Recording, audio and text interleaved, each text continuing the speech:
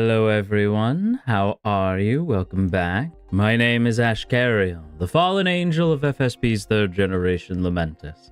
Why yes, it did hurt when I fell from heaven, but perhaps you can heal this broken heart. Hello, good morning. I am the sleepy. How are you? Did everyone have fun at last night's collab? Gone fishing? That was a strange game, wasn't it? So none of us had really played it, so we didn't know necessarily what we were in for. I was glad I wasn't streaming yesterday because I was feeling very off. And the collab, because I wasn't like, I was like, when you're not streaming it, it feels a little less like, oh, I have to keep up appearances or whatever. So it was just kind of like, I'm just hanging out with the Marimomies and the boys, you know? Like, it felt less like I have to be on, you know? So I got to just have fun. And what a very silly game that was. What a very silly game that was. Yeah, I was wondering, but someone told me because I didn't get a notification, so I was worried. Yeah, so I wasn't, yeah, you're not like on stage. Yeah, you're not like on, yeah, you're not on stage, so it's a little, it's like going from, yeah, like I'm still technically on stage, but I'm playing the tree. I'm the tree in the background, you know? Like, so it's a little, it was a little less stress because I am, yeah, like a lot of Marimomies have been very understanding. It's this time of the year I get very in my head, very snippy, very upset. It goes away once springtime comes, and then I'm fine all the way until like next winter. But it's just like this time of the year I get very like down. It's why I have no time for bullshit. So if somebody like the angels who moderate the chat were like, damn, Ash, that you all right, because there was somebody being weird in the chat the other day. I didn't recognize the name, and so I was like, okay, why are you being strange? Right? And like these days, like normally I'd be like, okay, well, I'll let the angels handle that, but I was like, can you fucking not? Like, they're like, oh, all right. The angels were like, oh, okay, fine, you handle it then. All right, it's just, can you fucking not? It's just my immediate reaction, like, can you not? I'm like, don't be strange in my chat. That was understandable too. Yeah, it was like, okay, why are you, like, none of us are saying this. Like, they did disappear. Well, because it's one of those, like, why are you being strange? Like, yeah, I don't have any patience for anybody being antagonistic in the chat. It's just the swiftest, like, get out of here. Well, especially when nobody was doing the thing that, like, anyone was being accused of. Like, because I understand the frustration with, like, it was a surprise, I know. Like, I understand the general frustration with, like, thing Japan. Right? Like, I understand why that's annoying, but we were literally just talking about convenience stores. Like, that's not inherent to Japan, you know? Like, we're just talking about convenience stores. So, like, that's, like, I'd understand if we were, like, oh my gosh, like, everything about Japan is so much better down to their convenience stores. Even their convenience stores. I was just saying, I sure liked this thing in Japanese convenience stores. It'd be cool if we had them here. You know? Like, that's all that was being said. They're like, actually, a lot of convenience stores in Europe have the heaters already, and I'm like, that's awesome. I would like for them to be over here, right? Because I could kind of tell. I'm like, are you about to be a dick? I can't, like, you know when you get that vibe where you're like, they haven't said anything yet, but you're like, are you about to be dumb? All right, like, are you about to be weird? You know? Yeah, we were like, we like this stuff just because it's some things, but that doesn't, like, just because it's some things that we like, but that doesn't mean anything. Exactly. Well, like, and, like, there's stuff about like it's not like, I don't know. I hate when people are like, oh, you like this thing, you must like love it to pieces. Like you must think there's nothing wrong with it. I didn't say that. There's things about everywhere that I don't like. As an example, Japan has a sincere lack of something that very much bothers me. And I miss it when I can't have it. Japan does not have poutine. I find that strange and upsetting. Most places don't have poutine, to be fair. Pardon me. Some randoms enter chat with lovely attitude. Others just show snark as the... Well, that's what I mean. Like, I don't think I've ever gone into a streamer's chat and immediately, like, got snarky. Right? It's like, what? That's a weird first impression. You know? Isn't poutine supposed to be easy to make? It is supposed to be easy to make. So poutine is just French fries, cheese curds, and gravy. That's all it is. It's really easy to fuck up, though. Like, it is very easy to mess that up. The beautiful thing about poutine is that you can kind of add... you can kind of add, like, whatever to it, you know? What is a cheese curd? It's like a cheese curd is kind of like a block of cheese, right? Like, it's like a little cube of cheese. And it's not usually cube shaped, though. It's usually like just a chunk of cheese. And the gravy melts it. So the cheese kind of spreads over the gravy and thus the fries, and so it makes this really like gooey cheese. And the beautiful thing about poutine is you can add anything to it and it's still poutine.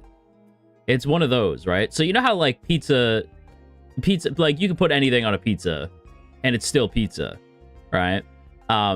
You could do the same thing with poutine. You can put anything in poutine and it's still poutine. But if you were to add, like, say, something to, like, a soup, it changes the soup, right? But, like, with poutine, you can add anything to it, and it just becomes blank poutine. Even chocolate on pizza? You could. It would be a choice, but that is something you could do. Wait, add anything? I can add... I like how everyone's go-to is chocolate. I can add chocolate on my pepperoni pizza? Everybody goes to chocolate. Mango pizza. Okay. All right, Eri. Okay, who was it who was like, I wonder what Ash's reaction to this, and it's Tavi's fucking mango pizza.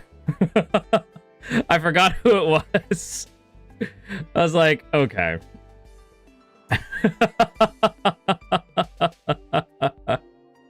I forgot who it was. Now, I have met Tavi in a controlled setting. It's hard to say this without saying it. So I will say that Octavio is very lovely. I don't know if he would connect dots if we were to meet again, but very lovely dude. Mango pizza? Really? Bitch, really? I was like, really? I don't know. It seems a little sweet. It's a SEA thing. It's a SEA thing. I don't know about that. I don't know. My goofy ass, like my goofy ass white boy ass taste buds. I don't know if I'd be able to handle all that. There's so many fruit pizzas. There's fruit pizzas? Are you guys making stuff up? There's those that you're lying. As an SEA, that is not an SEA thing. Okay, thank you. Durian pizza. Durian. I know that is a thing. My brain can't picture what it looks like though.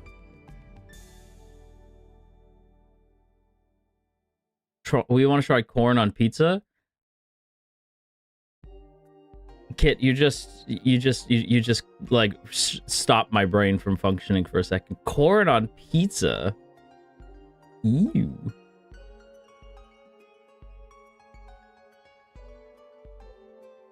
$3D, thank you so much for the rose, by the way. Mwah. Thank you, thank you. Corn on pizza is delicious. You guys are making stuff up. Look up Brazilian pizza. I'm scared. Why are, like, anytime you guys say look up blank, I get nervous because I'm like, what? I'm scared to look this up. Brazil makes some good shit, so I mean, hypothetically, it can't be bad, right?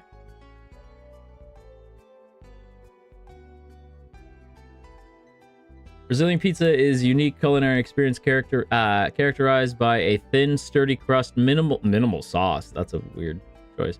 An extravagant abundance of savory and sweet toppings, often served in. Oh, okay, let's try this.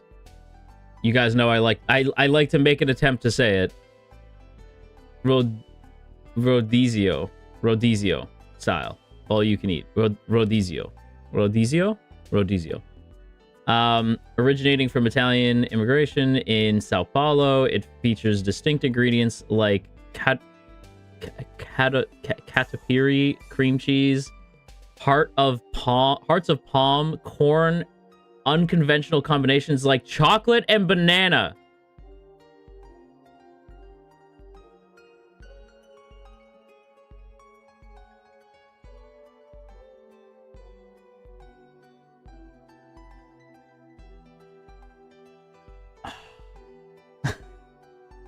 Brazil, what are we doing? What are we doing, Brazil? What are we doing? Oh no! I looked up the image. What are we doing? What? What are we doing? That's not pizza anymore. That is not pizza anymore. I mean, the chocolate one looks good, but that doesn't look like a pizza. It just looks like a giant cookie.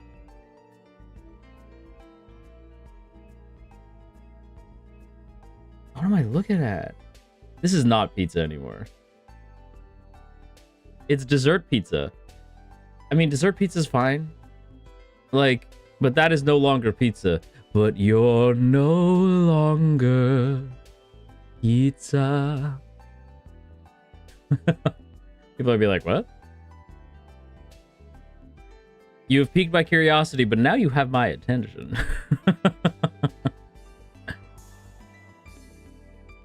But yeah. Swedish banana pizza. Okay, now you're making stuff up. That's not real. Swedish banana pizza. Oh my gosh. There's it fit the Google like results like as you type. Popular and iconic, albeit controversial pizza style found in Sweden. No! No! No! No! No!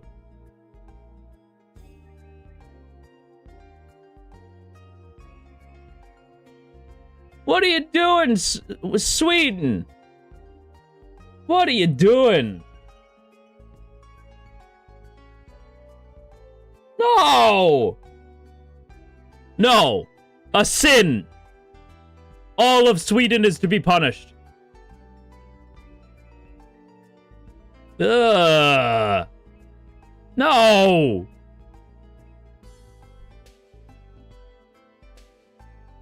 Ugh. Sweden, what are you thinking? Banana on a pineapple. What is wrong with you? Oh my gosh. Cilantro pizza. You gotta say it. Cilantro. Cilantro. Cilantro pizza. That at least makes more sense to me. All of Sweden is to be punished. All of them. Spanking for every citizen of Sweden. unless you are one who condemns banana pizza.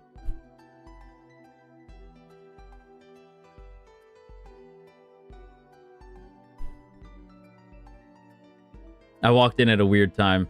Welcome in, Ace. Welcome in. Can I be first in line? No! You are not allowed to like the punishment, damn it.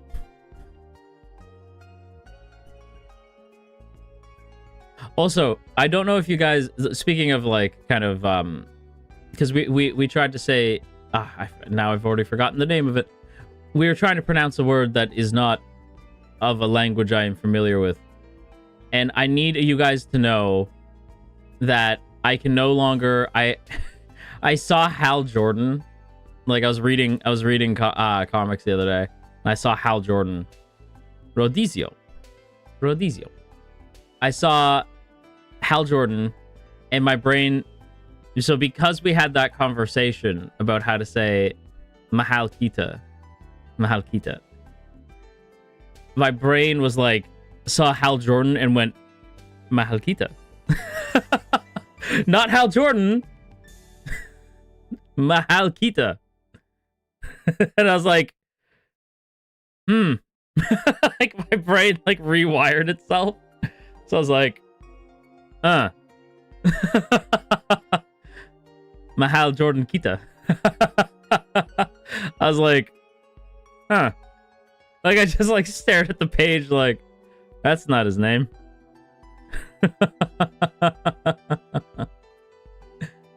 I just sat up in my chair. Mahal Kita. Yeah. I was like, whoops. It's okay. It's okay. We're not Hal Jordan fans in this house. It's fine.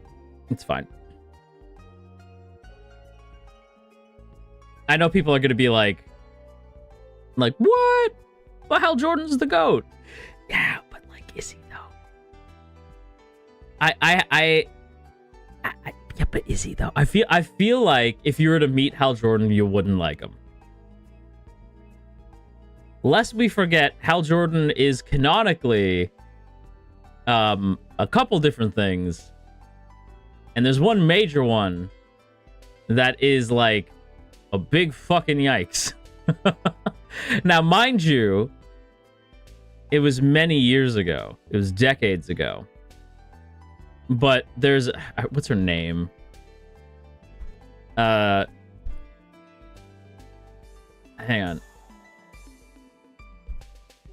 on. I forget.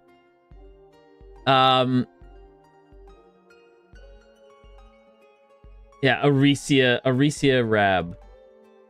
So there's another lantern by the name of Aricia Rab. Aricia was like this sort of younger Green Lantern, right? Bunny My, thank you for joining the Marimomie flight training. Mwah.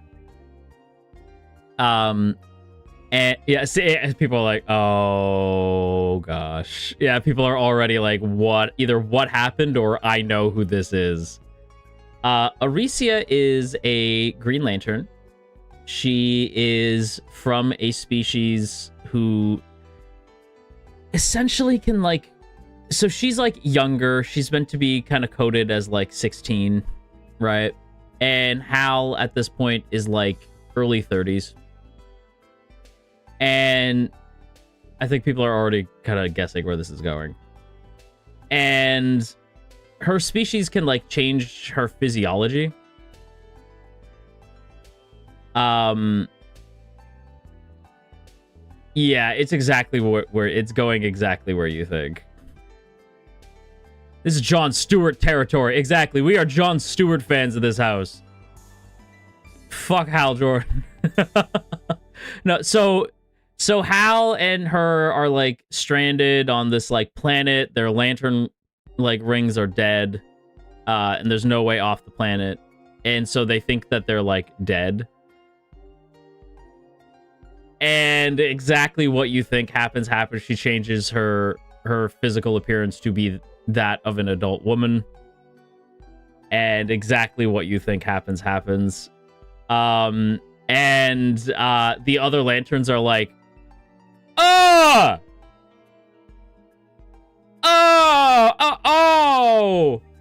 no, Hal, right? And Hal's like, I thought we were dead. And they're like, no excuse. What the fuck? Like, ew, Hal. Right, because they're like dating when they get back. They're like a couple once the other lanterns find them. They're like, oh, what the fuck? Right? And it took so much retconning to fix it. So much retconning to fix it. They had to reboot the universe a couple times to make sure that never happened. But it forever tarnished Hal for a lot of people. Nowadays, there's a lot of people who don't know that happened. Because it was so long ago. I think it was like, gosh, I think this was like the 70s, 60s. A little too recent for it to be like not weird. I'll say that. Like, there's never a time where that's going to be okay. But it was still recent enough where I was like, ew, brother, ew. You know? I was like, ew. Why the fuck would you do that? Yeah. And it's too bad because, like, I think it really...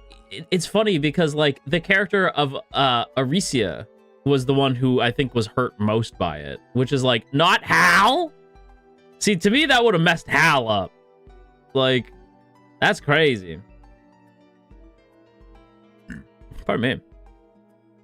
That was a not great burp. Let's not forget that awful Green Lantern movie. Scratch that. Let's forget that even existed. Yes, let us forget about that. Brother, what's that? What's that, brother? Brother, That was literally me. I was like, brother,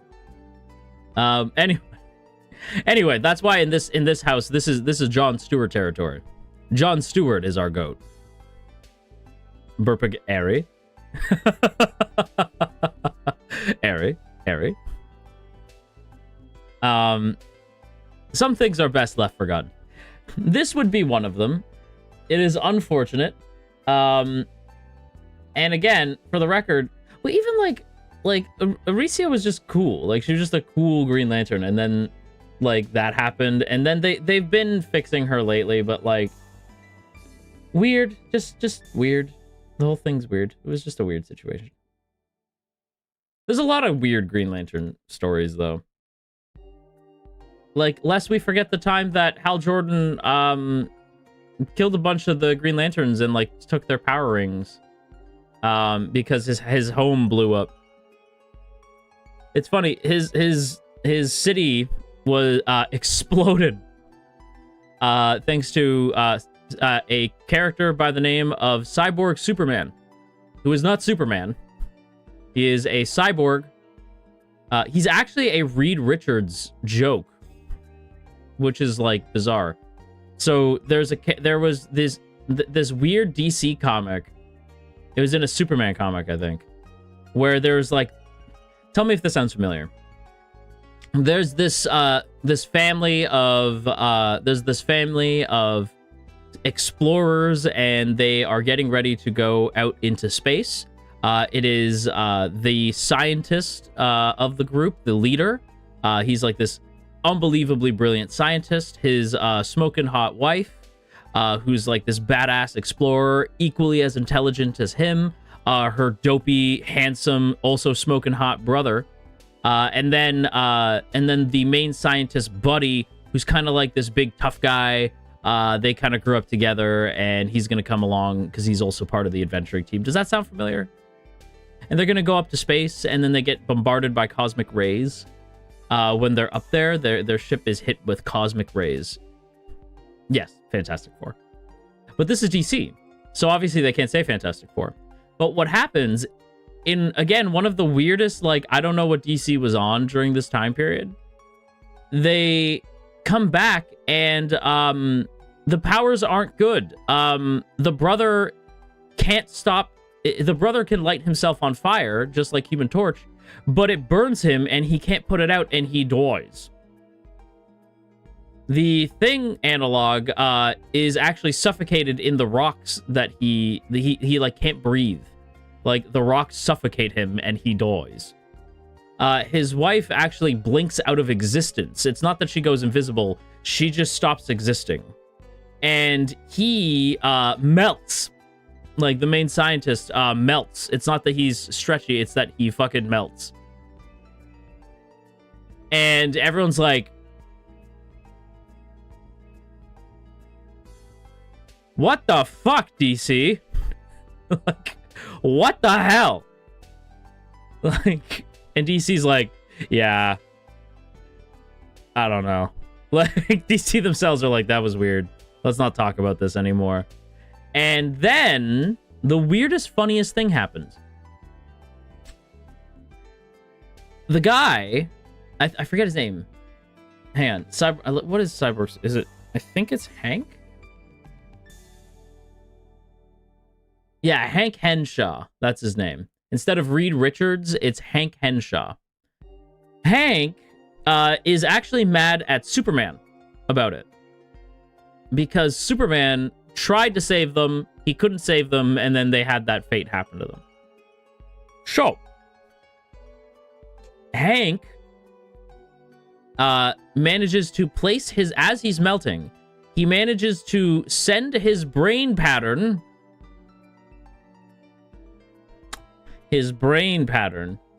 into Superman's birthing pod. What is Superman's birthing pod? I will tell you, Marimomies. The birthing pod is the ship that Superman landed in when he got to Kansas. Right? When Superman landed on Earth, it was in his little spaceship. It was his birthing pod. This pod then creates a body, a robotic body for Hank Henshaw, based off the abilities and the genetic makeup of Superman. So he looks just like Superman, except underneath is cyborg parts. So he's like a robot underneath, but he's Superman though. But his face is Superman. So when you see Hank Henshaw, what he usually looks like is he looks like the Terminator and Superman did like a fusion dance. He's got like half his face, like a section of his face is Superman, and then the other section is like a Terminator. And he made people believe that he was Superman, because this is when Superman was dead. And so people were like, oh, Superman's back, but he's like a robot now? And he's like, yeah, long story, but I'm back, though. And people bought that for some reason. And then... Cyborg Superman was like, actually, I'm super evil. So now you have this evil Superman who was secretly a Reed Richards knockoff. Oh, and then he blows up Coast City, which is where Green Lantern lived. And Green Lantern's like, my city, what the fuck? So again, Green Lantern, Hal Jordan, his city was blown up by a character who has nothing to do with him.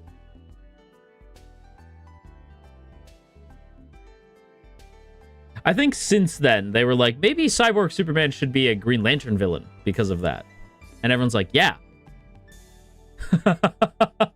Probably a good idea. Because what the hell? Why did this random guy blow up Coast City? Yeah, it was just for the love of the game. I don't remember why. I don't remember why he blows it up, but he blows it up. DC's wacky. Yeah, DC's very wacky. Marvel is, like, to its detriment sometimes, very grounded. Not always. When you get into outer space, Marvel gets a little bit more fun and wacky, but usually Marvel's very, very grounded. DC, not so much. And that's why we love DC, because DC is wacky. Wacky, wacky. And that's why we like them. I'm very grateful to keep my small amount of... Yes, allow me to tell you about DC Comics. Did you know that there is a version of Wonder Woman who is the goddess of all life, and her power is she wields a giant chainsaw made out of light, and she uses it to saw the Batman who laughed in half when he gets the powers of Dr. Manhattan and tries to take over reality. It sounds like I made that up.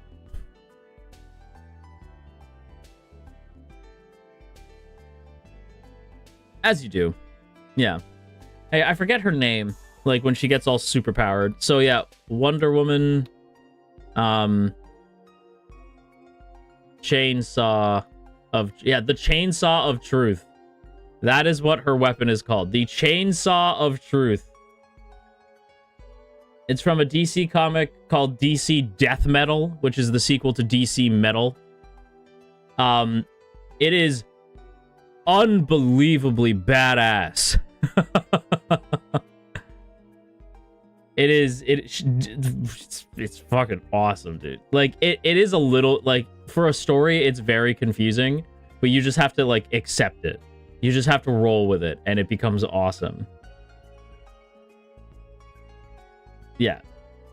If you type in a Wonder Woman chainsaw of truth, you can see Diana like forging the chainsaw.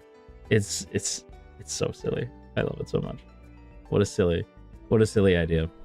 But to be fair, Wonder Woman Diana, doesn't really get to do a lot in like modern DC, right? I don't, and it's not necessarily like, because I know people are gonna be like, so sexism. No, it's more of like, I don't think anybody knows what Diana is right now, right? Like, so people kind of don't know how to write Diana, which is unfortunate because I think Diana's really cool. And because DC is usually pretty like good about these kinds of things, so it's not like a sexism thing, at least not in my opinion. It's more of just like, right? They just haven't been able to keep up with some good Wonder Woman stories. I'll say this though, Absolute Wonder Woman right now is really good, and you should check it out. Absolute Wonder Woman is, instead of Wonder Woman being raised by the Amazonians, she is instead raised by Cersei. Yes, that Cersei. And she's bad fucking ass. All I could think of is Kal-El, no. Oh, don't even get me started. Yeah, so yeah, Wonder Woman raised by Cersei. Don't worry, Cersei's got you. Yes, that's Cersei. And oh, bye, Aelin. Goodbye. And it is awesome. It is awesome. Absolute Wonder Woman is also, I think, the coolest she has ever looked. Yes, I was like, I wonder if Millie's here. Yes, Millie, that one. That's Cersei. Well, because people forget, like, Wonder Woman is part of, in Wonder Woman comics, obviously not in reality, but in Wonder Woman comics, she is a very active member of the Greek pantheon, and the Greek pantheon play a very heavy role in DC. And my humblest of opinions here, I think that DC needs to play more with Greek mythology in their storytelling, because what are superheroes if not the modern day Greek myth, right? So I think DC should play more with the Greek gods. But on top of that, the reason why they should play with the Greek gods more is because Marvel plays with the Norse gods, right? That said, Ares is a character in Marvel, but the less said about Ares, the better. He kind of sucks. And I mean, like, Ares in general kind of sucks. But, like, you know, like, it depends on which Ares we're talking about. I could name a couple Ares that are actually really based and awesome. I'm thinking of a very short one right now.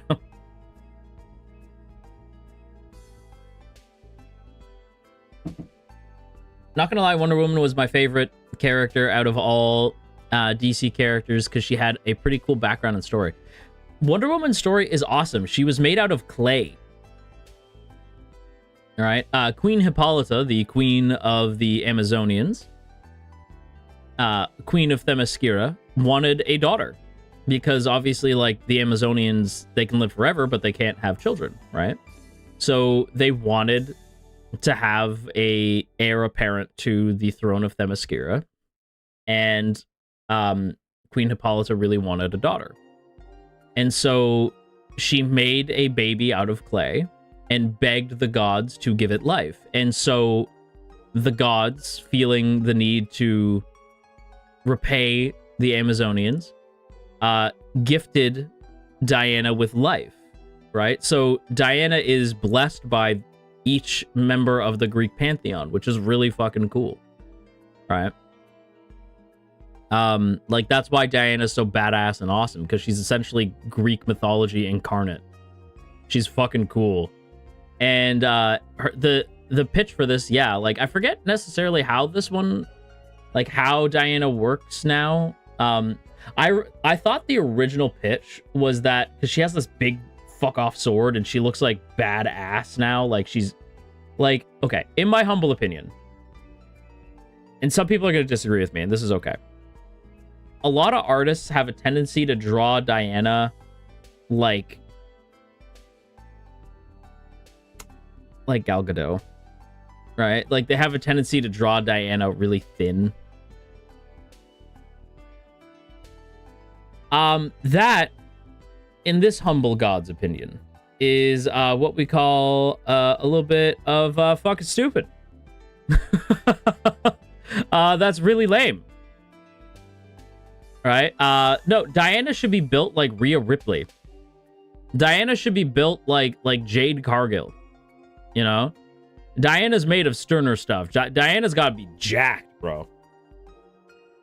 My ideal, like, Wonder Woman would be Rhea Ripley. Straight up. Like, she's gotta look like Rhea Ripley. Muscle mommy. Yeah, 100%. She's gotta be a muscle mommy and tall as hell. Diana's got to be like 6 foot something and ripped. Like, Diana's got to be jacked, right? And also, I am going to say something and people might disagree with me. I'm going to say it. I don't care. The proper end game for both Diana and Bruce is with each other. I don't give a shit. I know people are gonna be like, oh, but what about Steve? What about Diana and Steve? What about Bruce and fucking Catwoman? Who gives a shit? Boring. Patooey. Gross. Boring. Think outside the box. Boring. Ew. Right? Oh, but Batman and Catwoman are meant for each other. How about you not be boring? Steve is past tense. Steve's past tense. What about what about Cheetah? My Yuri, Ash. I understand. I understand that one. Well, to be fair, I don't know how many of you guys know much about like their relationship. It's actually very sweet. But like it is, Cheetah can never be good. She'll be good for like a little bit, and then the writers will make her evil again. Right? So it's never gonna stick, unfortunately. I would love for it to, but it won't. At least Rhea Ripley exists in the world of One Piece. What? Am I forgetting something? Bruce and Clark all the way. Do not get me fucking started. Do not get me started on Superbad. Like, we'd be here for a very, very long time. Don't get me started on Superbad. It's the way. Do not get me started on Superbad. I could talk about Superbad for like a really long time. Superbad makes so much sense, though. Like, it makes so much sense. I know it will never happen. It makes so much sense. It makes so much sense. To the point where the artists who work at DC, not the writers, the writers, for whatever reason, hate the concept of Superbat. But the artists who work at DC will draw Superbat regularly. There is, and what I love is, I'm gonna see if I can find the, I don't know if I'm gonna be able to find it. Superbat,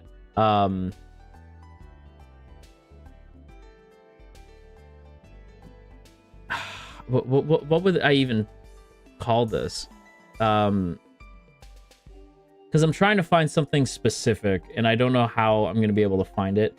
So, the version of Superbat that I love right now, that I'm very obsessed with, is people are starting to draw David Cornsweet and Robert Pattinson together, like their versions of Batman and Superman.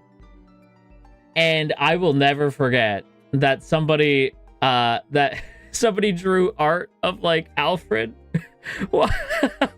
Alfred's like, Master Bruce, a word?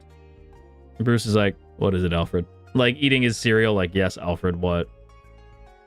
Right? And you see like Clark is just sitting at the table with Bruce and his eyes are wide. Right? And it cuts, he's like, I found something in your bedroom. And it cuts to the bed.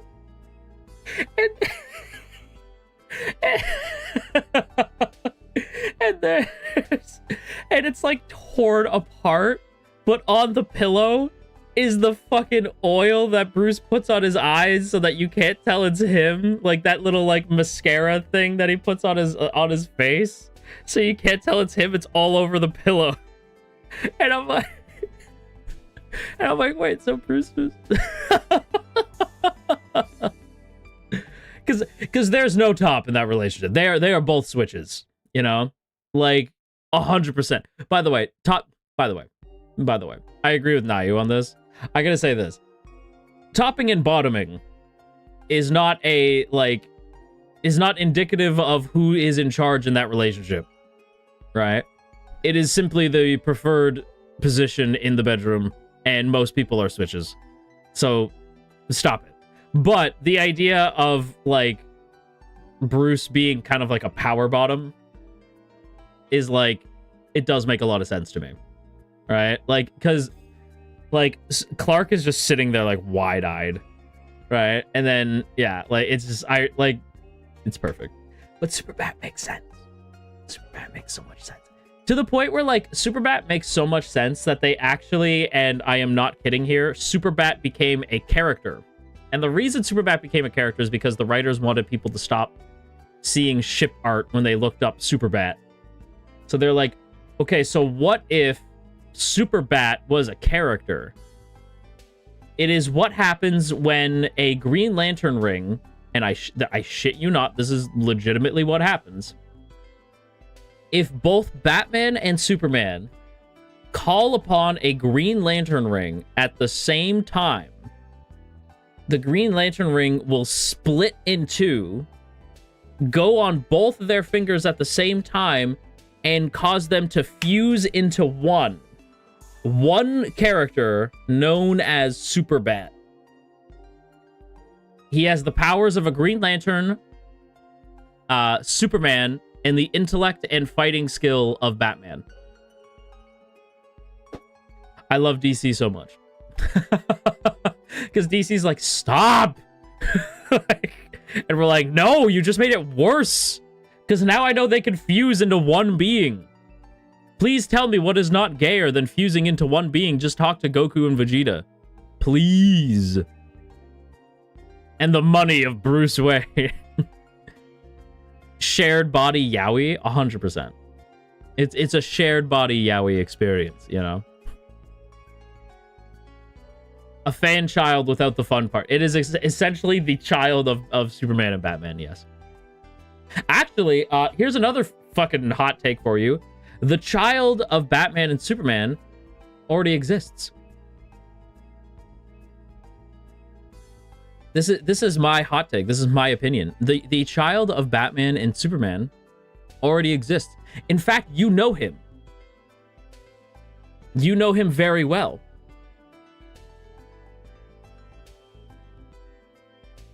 I'm gonna wait to see if anyone can guess it. You know this character. He's incredibly, incredibly popular. And you know him, and he is absolutely the son of Bruce Wayne and Clark Kent. Decade got it. It is in fact Nightwing. Where do you think Nightwing got the name Nightwing from?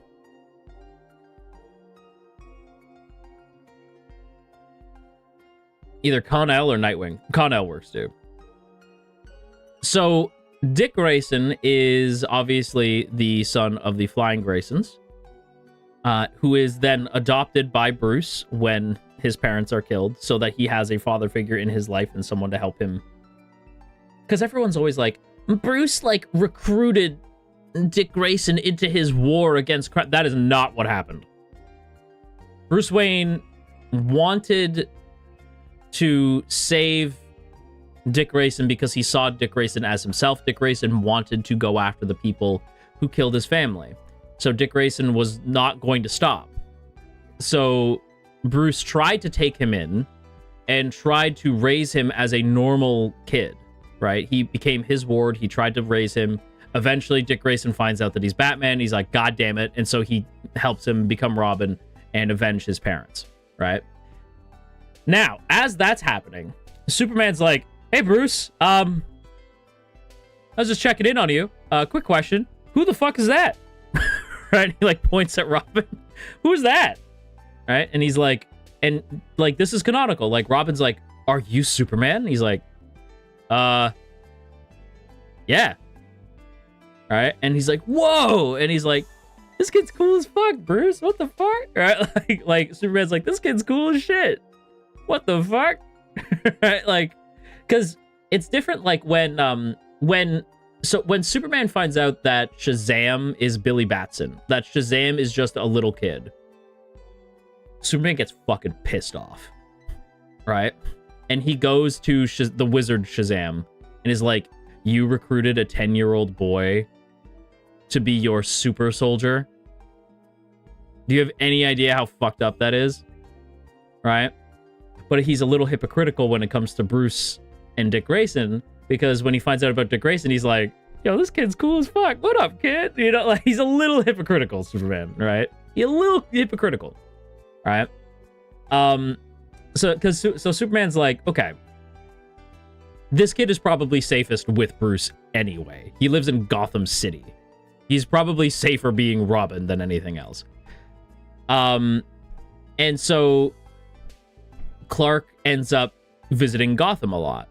And he kind of forms this kinship with Dick Grayson, where anytime Dick Grayson gets upset at Batman, which is often, he calls Clark. Because he's upset. And he needs to talk to his other dad. Because the dad that he's staying with is being a dick. So he has to go talk to his divorced dad, who is still in love with his regular dad. And eventually, when they split for good, when Dick Grayson's like, you know what? Fuck you, Bruce. And he, like, gives up being Robin, but he still wants to be a superhero. He's still in charge of the Titans at the time. Right? So he's like, I'm still the leader of the Titans. I have to have some kind of identity. He goes to Clark. And Clark is like, well, he's like, I just don't know what to do. And Clark's like, well, you know, there were vigilantes on Krypton. Right? And Robin's like, what? There was? He's like, yeah, there was a bird on Krypton called the Nightwing. And he explains that there's this bird called the Nightwing, right? And there was a Kryptonian who was essentially Batman on Krypton, called Nightwing. And he's explaining it to Dick Grayson, and Dick Grayson's like, can I use that name? Can I be Nightwing? Right? He's asking for permission, right? And Clark gets kind of emotional because he's like, son, I would really love that. Right? Like, so basically it's him saying, like, I am still Bruce's son, but I am also the son of Superman. Right? Superman is like, some people see it that Superman's more of his uncle, which I also like that too. But, like, I've always taken it that it's like he had two father figures growing up, Batman and Superman. And so when he becomes Nightwing, it's the culmination of those two things coming together. Isn't Billy like 10 while Dick Grayson is like a teen? So when it's not really, yeah, you're right. Like, it's not really being a hypocrite, because, like, so when Dick Grayson becomes Robin for the first time, I think he's like 13. I forget. I think he's like 11 or 12 when the accident happens, and then he's like 13 when he becomes Robin. I think that's how it works. He was 9? Damn. I thought he was like 13 when he becomes Robin. Bruce, what the fuck? That's so much worse. Hang on. Because we have to look this up. How old was Robin when his parents died? It's not that I don't believe chat. I do. It's just I'm like, we should probably look this up. Was roughly 8 to 12 years old when his parents were murdered by Tony Zuko. Yeah, this tracks. Between 8 years old and 12, because that's in between the ages we're talking about here. So that makes sense. Jason Todd was a teenager. He was 14. Tim Drake. Tim Drake's an interesting one because Tim's parents aren't dead, right? Like, so Jason, his mom died. Well, he thought his mom died. His mom died, and then his father was killed by Two-Face when Jason was 14. And so Jason. So Jason's a weird story because Jason becomes Robin when Batman notices Jason, and I'm going to bring the mic close for this. Notices Jason stealing the fucking rims off the Batmobile.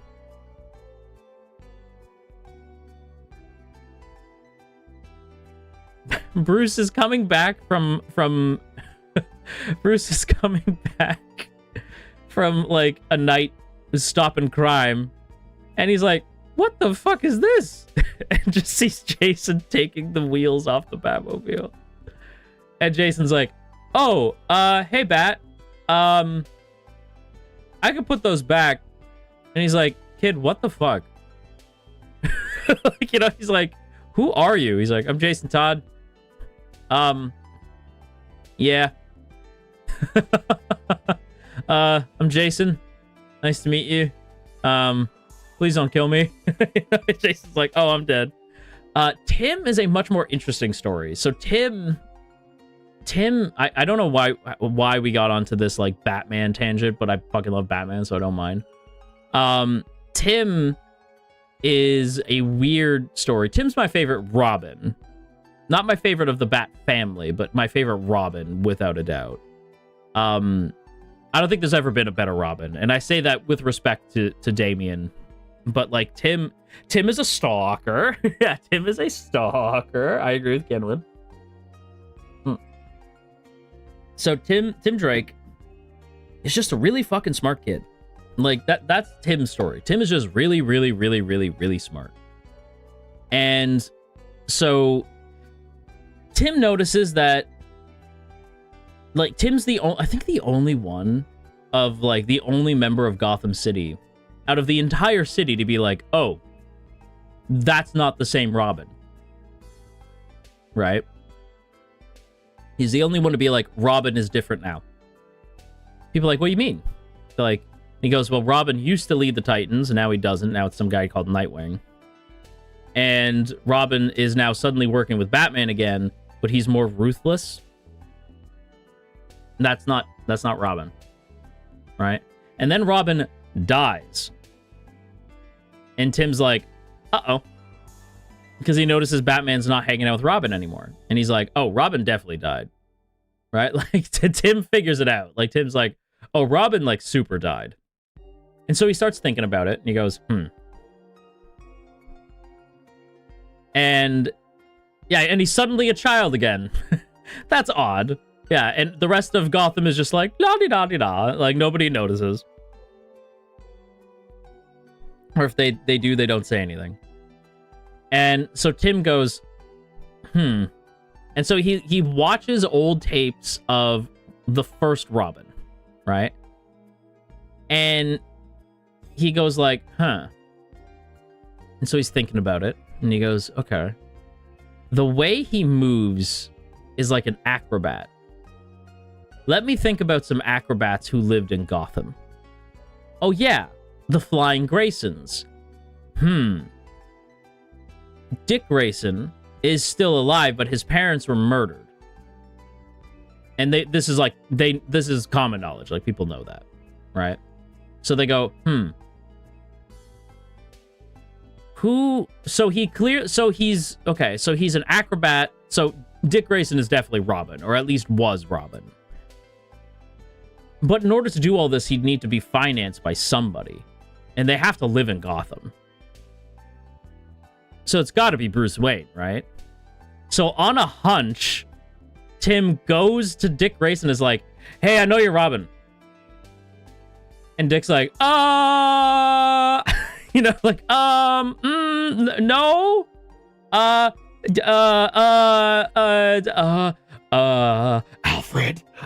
help me. It just calls it, Alfred, help. Like, Alfred. Like, so eventually Tim is introduced to Bruce, and Tim's like, you need a Robin. Right? And Bruce is like, get the fuck out of here, kid. But Alfred also agrees, because Alfred's like, no, Master Drake is right. You need a Robin. All right, because Alfred calls everybody like Master Bruce, Master Tim, Master Dick, Master Jason, Master Damian, you know, like Master everybody, right? Because he serves the Bat family. So Master Tim is right. You need a Robin, right? And Batman's like, fuck you. I am not bringing another fucking teenager into my war on crime.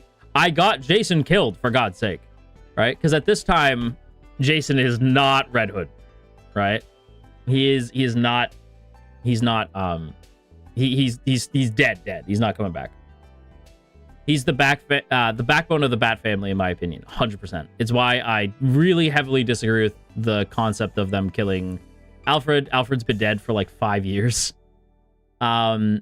For anyone who doesn't know, Alfred is still dead. Alfred Pennyworth has been canonically dead for a long time.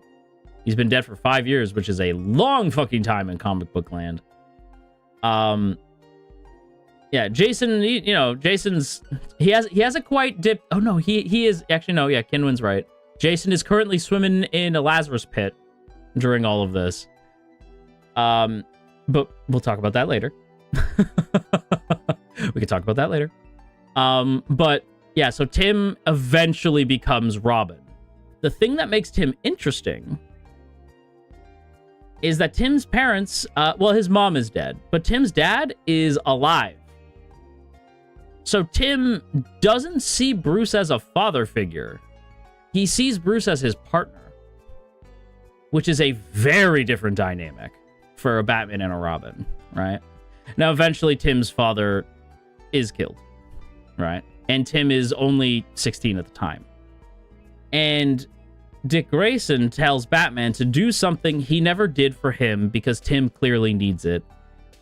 So technically speaking, Tim Drake is no longer Tim Drake. Tim Drake is Tim Wayne. Tim Drake, at the time, was the only actual son of Batman. Until Damian. I really don't like Damian. I've never liked Damian. I probably never will like Damian. If you're a Tim Drake fan, you don't like Damian. Like, if you are a Tim Drake fan, you are not a fan of Damian Wayne. Because Tim became Tim Wayne, right? Like, he was adopted by Bruce. And then Damian happened. And Damian kicks the shit out of Tim, tells him to get the fuck out of the Batcave. And so Tim is forced to become Red Robin, and Damian's like, I'm Batman's actual son. Fuck you. And kicks Tim out, and I'm not joking. And that is how we are meant to be introduced to Damian Wayne. Now, mind you, Damian does go on a pretty awesome run with Dick Grayson as Batman, because by the time he shows up, Bruce pretty quickly dies fighting Darkseid. And so there's an arc called Battle for the Cowl, where everybody is trying to make like their claim at being Batman. And I do mean basically everybody. But ultimately, it's decided that Dick Grayson will be the new Batman, and Damian will be his Robin. Because Tim doesn't want to be Batman, or doesn't want to be Robin without Batman, right? Without Bruce's Batman. So Damian becomes Robin to honor Bruce's memory, and Dick Grayson becomes Batman. And what I love is anytime Damian is salty with Bruce, he'll tell Dick Grayson, he'll be like, "Father's being an asshole," right? And Dick Grayson will be like, "Yeah, well, I mean, that sounds like Bruce." Right? You're like, "Yeah, well, that sounds like Bruce Wayne." Right? And what I love is there's this one comic, I forget necessarily what is being said, but like Damian's like, Grayson, because he calls him Grayson, either Grayson or Richard, right? Like, Richard, why are you so nice to me? Right? And he's like, "Well, Damian, you got to remember, you might be his partner right now, but you're my Robin."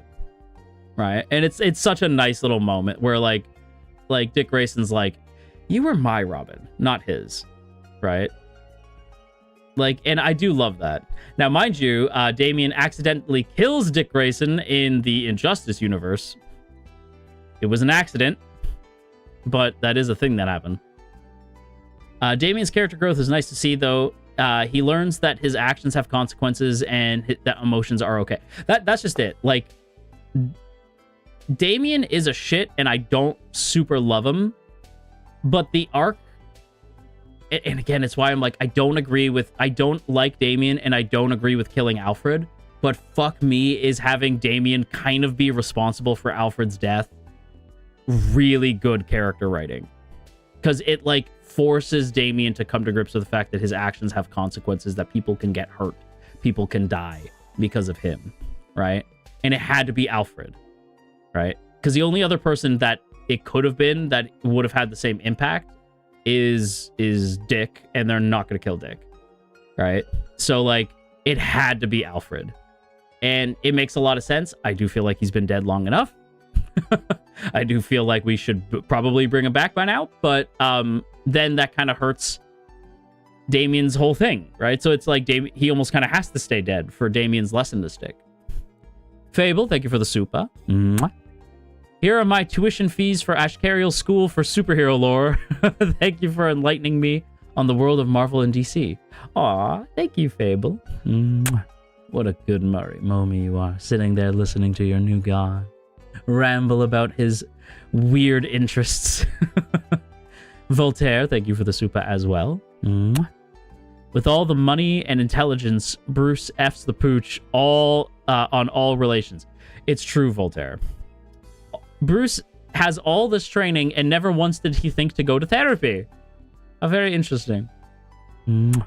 Thank you for the super, Voltaire. What a good Marimomie you are.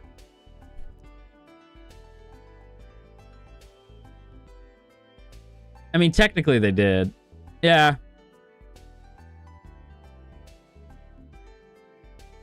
Nav, thank you so much for the super.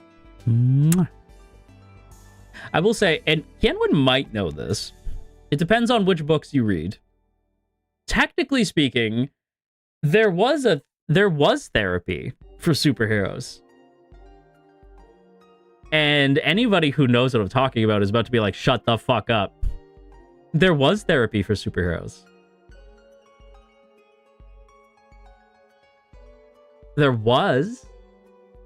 Do you want to know how that went? Absolute Alfred's fucking awesome, to be fair. So there was a superhero, there was a place for superheroes. I forget the name of it off the top of my head. Sanctuary, I think. Sanctuary. Canwin's already laughing. Already knows where this is going. So there was... You ever have, like, a story where you love... You ever have, like, a thing where, like, somebody makes something and you love that creator so much? You're like, oh, this creator, like, makes banger content, right? I can't wait to see this project of theirs.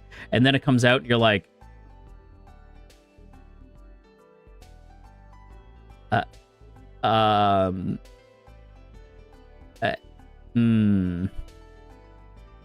That's a book for me called Heroes in Crisis. Because it's written by Tom King. And I love Tom King. But Tom King's made some decisions that I don't love. Especially with Batman.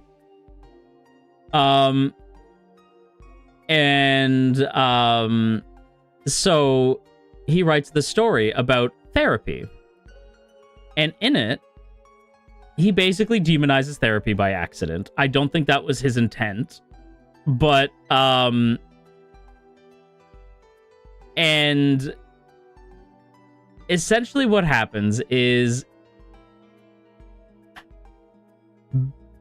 Batman, Superman, and Wonder Woman realize that the consequences of being a superhero comes with a lot of mental anguish. And so they build this place called therapy. And there's these like little robot versions of the Kents, right? So they have these robotic versions of the Kents that live in Sanctuary.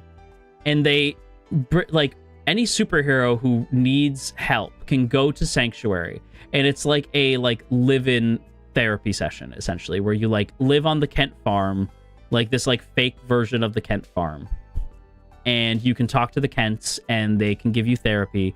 And you talk into a camera, and you basically just tell the Kents, like, how you're feeling, what you're feeling, all this stuff. So the therapy session is recorded, and the other members of the League can fucking see it. Inappropriate, especially knowing Batman. No offense, Bruce, but you're kind of a psycho. So there's no shot Batman wasn't looking at everybody's therapy sessions. There's no fucking universe where Batman was not staring at people's therapy sessions. No shot. And then people start murdering each other in Sanctuary. Multiple characters die. Hang on, I'm going to look up who dies, because a lot of them die. A lot of them are dead, and they're the people who die in... Here's my problem, right? So when you kill a character in comic books, if it's a character like Iron Man, he's probably not staying dead for very long. If it's a character like Aqualad, he might stay dead. Like, if it's a side character, they might stay dead, right? And a lot of the characters who die in Heroes in Crisis are still dead. Okay, let's see.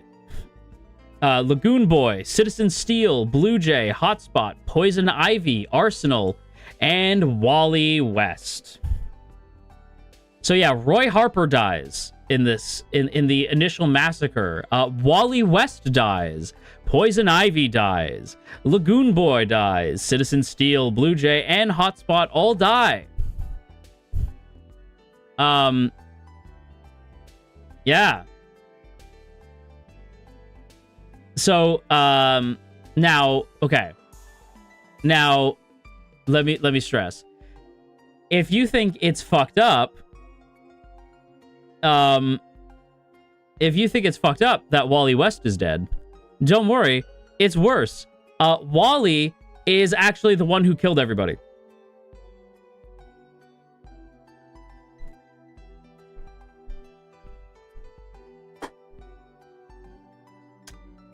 Yep. Wally West lost his mind because he couldn't, because his wife doesn't remember him in this universe, and his kids don't exist in this universe, so he lost his mind and killed everybody.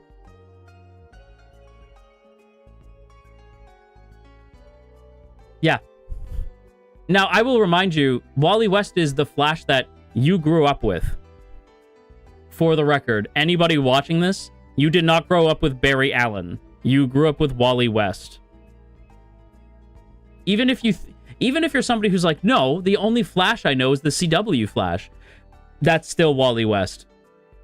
Everything interesting about Barry Allen in that TV show is Wally West. His personality, his story arcs, everything about him is Wally West.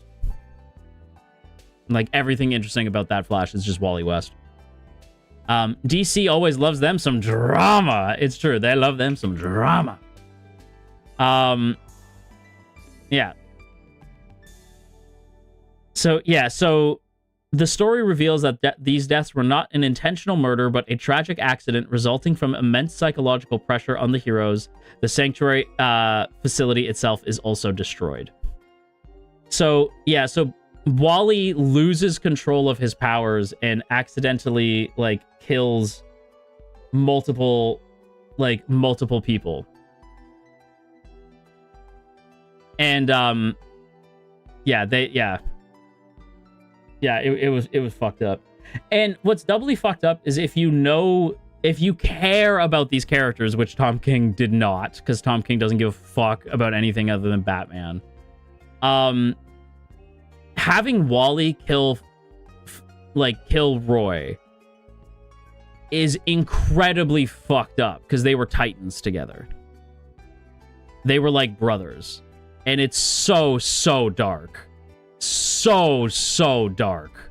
Right? Like, incredibly fucked up. And yes, Poison Ivy is fine. Don't worry. All these characters are fine. Like, Roy, Wally, and Pamela are fine. Lagoon Boy's still dead. Citizen Steel is still dead. Blue Jay's still dead. And I'm pretty sure Hotspot's still dead. And again, this is my problem with... I hate when they kill, like, side characters, because there's not a guarantee that character comes back. Because it's like, oh, well, it's comic books. Everybody always comes back. Not side characters. Not fucking Lagoon Boy. Right? And people are going to be like, who cares about Lagoon Boy? Every character is somebody's favorite character. Right? Dick and Donna were my favorite duo. I love Donna. Donna Troy is goated. Yeah. Well, like, okay, as an example, do you know who my favorite DC... Like, okay, take away Superman, right? Because you guys know Superman's my goat. Take away Superman. Who's my favorite DC character? Because you're not going to guess. You can try. You're not going to get it. He's well known, ish, but you're not gonna get it. I fucking love Booster, but no. I love Booster, but no. Blue Beetle's a really good guess. You have no idea how close you just got. Oh, Martian Manhunter is awesome, but no. Not Nightwing, no. Not Aquaman. My favorite DC character. No, not Cyborg. I love Cyborg, though. My favorite DC character is The Question. I fucking love Static, too, though. Right? So, The Question is... The reason why I was like, Blue Beetle's a really close call, because Blue Beetle is from the same comic book company that The Question comes from. That being Charlton Comics. Charlton Comics, those heroes are the basis for a little series called Watchmen. Now, I don't like Rorschach, but I love The Question, right? And people are like, but Rorschach's based on The Question. He's based on him, they're not the same. I remember The Question in the cartoon. That's what made me love him. I love The Question. Vic, dude. Yeah. Oh, I love The Question. Hang on. I don't know what The Question's been up to lately. The Question's just cool. Right? So Question's whole thing is he's like a reporter, but he's like he's got this mask and he's just like a fucking immaculate detective. Like, he's just such a good detective. He's just the best. Love Vic. Right? But, like, people will always put him and Rorschach up against each other, and it bothers me so much. Yeah, Vic Sage is just, yeah, Vic Sage. And then they eventually have Vic die at one point, and Renee Montoya from the Gotham City Police Department like takes over as Question. And Renee is fucking cool too. I like Renee as well. But my Question is Vic. Like, Vic is the man. Just because, like, I think it's fun to have this, like, 1930s noir, like detective man with no face, so he's, like, all mysterious. He kind of feels like the Spirit, you know? If you know what the Spirit is, good for you. He kind of feels like the Spirit, but he's, like, this, like, you know, he's got no face, so you can't trace him, and he's, like, always gonna solve whatever crime. Like if there's a really difficult-to-solve crime, he's all about it, and he's gonna figure it out. You know, and it's just a cool idea. It's just like, because he's in a world of superheroes, and he's just fucking cool. And what I like is that Vic is not Rorschach, right? Because everyone's like, but do you like Rorschach? No, no, I don't like that crazy psychopath. No, like, no, I don't like Rorschach. Right? Vic's a little crazy. Vic is a little off his rocker. He's a little crazy, right? But Rorschach is like upsetting. I find it weird when people tell me that they love Rorschach, because I'm like, you are not meant to like Rorschach. You are not meant to love him. You are not meant to love Rorschach. That is a weird thing for you to love Rorschach. That is weird. All right. I know Question was in Justice League Unlimited, but was he in the Watchmen movie? God damn it. Idolizes the fuck out of him. Rorschach is not somebody to be idolized, and it bothers me when people idolize him, because I'm like, Rorschach is a tragic character because he's so fucking distraught, and he needs help. And when he starts, it looks like he might start to get help. He just relapses back into being this, like, weird superhero thing, right? Don't get me wrong, the mask itself is cool. The mask is a Rorschach test, right? And that is cool.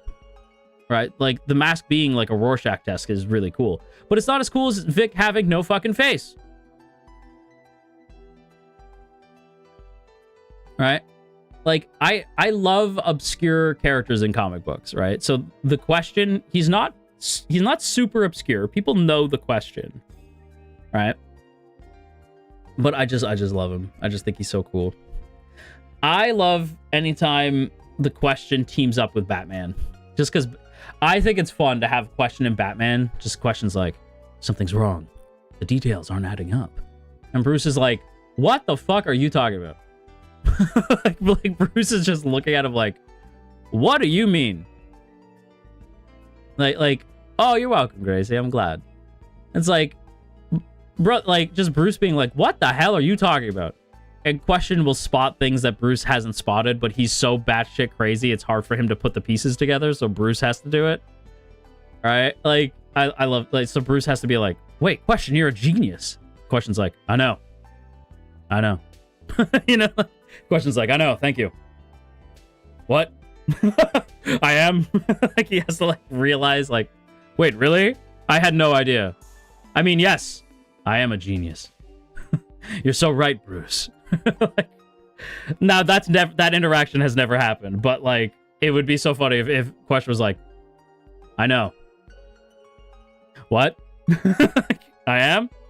World's greatest detective. Yeah, world's greatest detective. Here's the thing with here's the thing with my issue with Bruce, right, as a character, is people will always be like, Bruce is the greatest in hand-to-hand combat. I'm like, is he? Is he? Because I can think of like 5 characters better at hand-to-hand than Bruce. Lady Shiva, Bronze Tiger, Cassandra Cain. You know, like, I could think of, well, maybe that's not quite 5, that's 3. But like, I could think of other characters who are better in hand-to-hand than Bruce. Right? Ra's al Ghul is better with a sword. World's greatest smooth talker. That's true. Bruce has been... Listen, Bruce gets around. Bruce can... I will give Bruce... I will say this, though. Bruce is... oh, Coco, good morning. Talia's up there. Yeah, it's, you know what? Talia, Roz, Bronze Tiger, Lady Shiva, and Cassandra Cain all can out-hands Bruce. No question in my mind. Now, Bruce is number 6 out of everybody on the planet, which is impressive, right? But is he like he can take down Nightwing in hand-to-hand? You think Nightwing's better in hand-to-hand? I think it's debatable, because the thing with Nightwing is he's trained by Bruce, but he's also been trained by a lot of other people too. So he's got moves that Bruce doesn't know about that he can maybe counter Bruce with. But I personally think hand-to-hand Bruce takes out Dick Grayson, but I'm willing to be proven wrong on that. I'm realizing the more we talk how much I love Dick Grayson. I feel like we all do. Everybody loves Dick Grayson except for DC Comics. DC Comics really hate Dick Grayson. Like, if you don't know, DC hates Dick Grayson. They hate him. They hate him good. They hate Dick Grayson. Yeah, DC fucking hates Dick Grayson. They will constantly do everything they can to ruin that character. The reason why, like, the writers love him. Writers, like, it's editorial hates Dick Grayson. And the reason why, and you guys are going to laugh at this, the reason why is because it makes Batman old. Well, if Dick Grayson's in his late 20s, then Batman has to be at least in his late 30s. Yes. Batman should be at least 40 by now. Like, but that makes him so old. it really fucking doesn't. It really, really doesn't. I promise you. Bruce being in his 40s is not old at all. You gotta remember, like, the condition Bruce is kept in, that is not old. That is not old at all. Right? So I'm like, Bruce being, like, 40 doesn't bother me. Bruce being in his mid-40s doesn't even bother me. Bruce was, like, 22. Exactly. Right? So, like, and so Bruce was, like, 22. Even if you want to ballpark it and say that, like, Dick Grayson was, like, 8, right? If you put it 20 years later, Bruce is still only 42. Even if you make Dick Grayson, like, 8 years old, even if you put him at the youngest he possibly could have been when the situation happened, Bruce is still only, like, 42 years old. Like, right? Like, that is not old. Old Batman is hot. Old superheroes, impressive. That, I agree. So, like, okay, here's my thing, right? Because people are like, well, what about Superman? Superman should also be in his fucking 40s. Superman has a son. Like, Superman has a child. You know? Like, Superman, he's old. He's not even that old. 40's not old. You know? Like, I feel like I'm losing my marbles. You know? It's like, what are we talking about? All right? Like, in my mind, Bruce is like 41, 42. And then Clark is like 38, 39. You know, like, Clark's in his late 30s. Bruce is in his early 40s. That's always how I've, like, taken it. Jay is a fucking immaculate example, right? The Justice Society in general. If you don't know, the Justice Society were, like, the old heroes who existed before the Justice League. Jay is old, but Jay still got it. You know, like, Jay's old and he's fucking awesome. We love Jay Garrick, you know? Like, Jay's the man. Alan Scott, you know? Yeah, like, a lot of the older heroes, those heroes are old, but they still got it. You know, like, they're still like that. They still got that, you know? Don't tell me Jay Garrick's not about this shit, okay? Like, Jay Garrick, if you asked him, like, Jay, we gotta whoop some ass, Jay'd be like, all right, let me get my hat. You know, like, all right, let me do this shit. Right? Because Jay's gotta be, like, Jay's gotta be mid-60s by now, right? Like, Jay's gotta be old by now. But even then, like, define old, because let me put it to you like this. Even in Gaia, even in our world here, right? His stupid fucking helmet. His stupid ass, like, bro wants to be Hermes so bad. His goofy ass helmet. But even if you look at our world, I'm going to be very for real with you. Mortals the advancements in modern science has made it so, exactly, I was gonna say that old, to me, I'm 15,000 years old. I'm old as dirt. I don't consider a mortal to be old, like old, quote unquote old, until you're at least 70. Because you're still pumping in like some pretty serious work between, like in your 60s. You are still like, you're like reaching a point where you're gonna be old. Like, because once you hit 70, that's where I consider you like old. But like, you are not like, even at 70, you're not like, you're still capable of doing shit. It's only once you hit 100 that I'm like, okay, maybe I'm a little worried about you now. Like, once you hit like your 90s, that's when I'm like, okay, let him rest.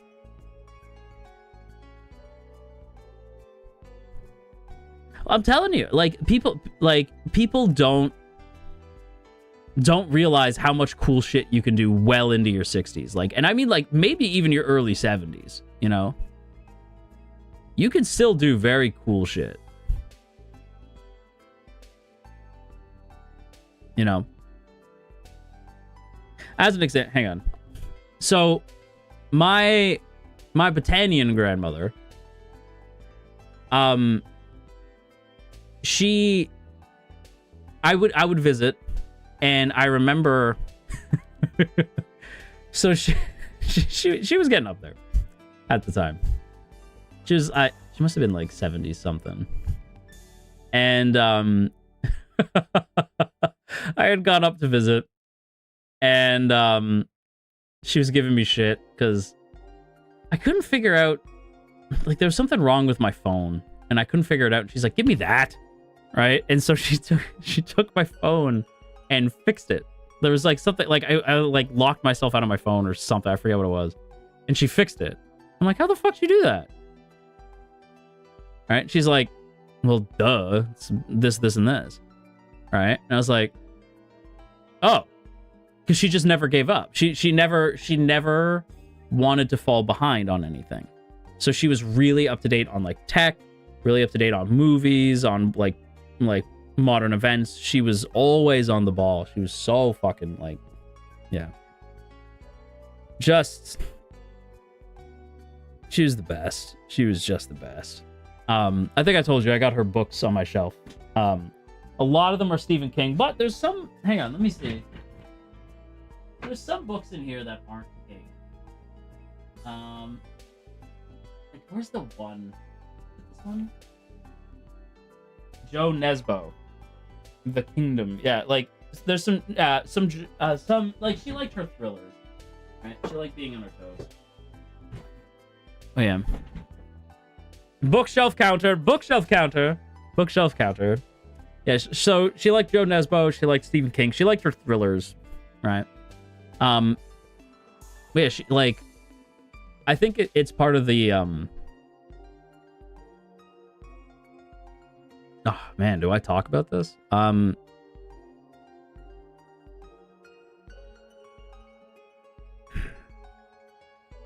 So she was incredibly smart. But oh geez. She got sick.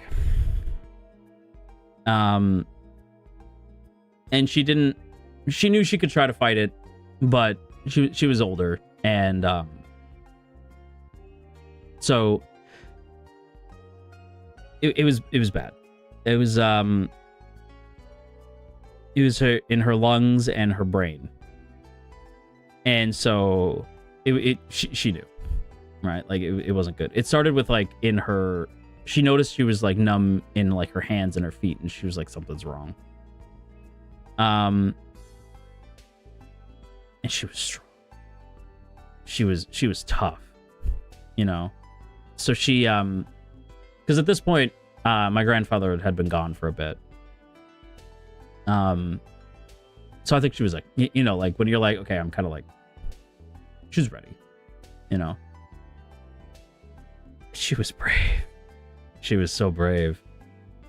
And I remember sitting with her, and it broke my heart because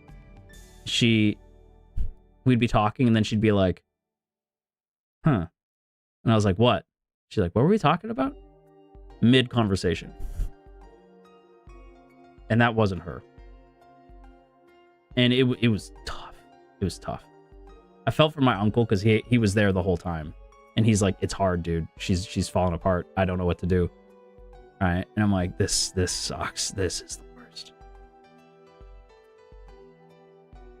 But she was funny right to the end. She was still funny. It was interesting. Everything became about pairs. So she was the most amazing like person. But everything towards the end, it was interesting. Everything had to be in pairs. Everything was twos. It was very, very specific. We don't know why. Even the doctors were like, I don't know. Right? Everything was twos. Right? And that was new. That wasn't normal. Fable, thank you for the hearts. Mwah. Thank you. It was yeah, everything was pairs. So it was like, oh, make sure the cups are together. Or like, what? Or like, I remember, so she goes, oh, it's butterflies. I was like, huh? And I like looked out the window and there was like, there wasn't anything there. And I was like, what is she talking about? And then I realized like, oh, the wind chime. So she forgot about the wind chime. All right. There was like, the wind chime had 2 butterflies on it. And I was like, yeah. She's like, and they're in pairs. And I was like, yeah, Grandma, they're in pairs. All right. And I start chuckling and she's like, don't you laugh at me, you little shit. And we both burst out laughing. But yeah, she was just the best.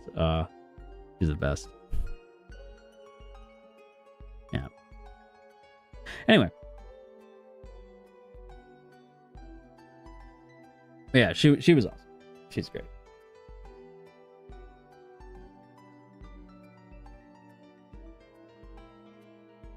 I think it was pairs, so nothing was on its own. Yeah, I think so too, Simon. Like, I think she missed my grandpa. That was my theory. That she missed my grandpa. She was ready. My grandpa was bad fucking ass, by the way. My grandpa was the man, dude. Little shit was my grandma's favorite phrase. Mine too. Yeah. She was awesome. She was, but I tell you what though, my grandma, even like, so even in those moments, she'd be like, now go get me a pint. She's a very Scottish lady, you know, very Scottish. Now go get me a pint. I'm like, all right. Like, all right, fine. Love to pint, love to smoke. Very Scottish. She was Scottish and Irish, and she loved her drink, loved her smoke. She was the best. She was awesome. Yeah. It didn't matter the circumstances. She was going out with a smirk, you know. She was confident, tough as nails. Yeah. When you're exactly, hey man, like when you're at that age, you do what you want, you know. And yeah, she was very much like, I'm gonna do what I want. Yeah, yeah, she was awesome. Yeah, been thinking about her a lot lately. I don't know why, but anyway, we should probably play a game because we've been talking for like an hour and a half. So shall we get to some Power Wash Simulator? Is that something we should do?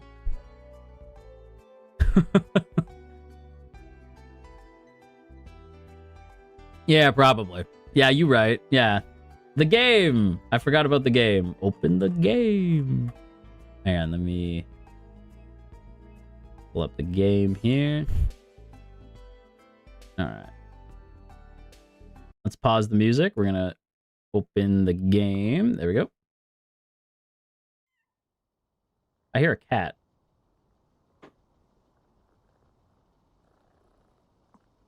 Why am I hearing a cat? Do you guys hear a cat?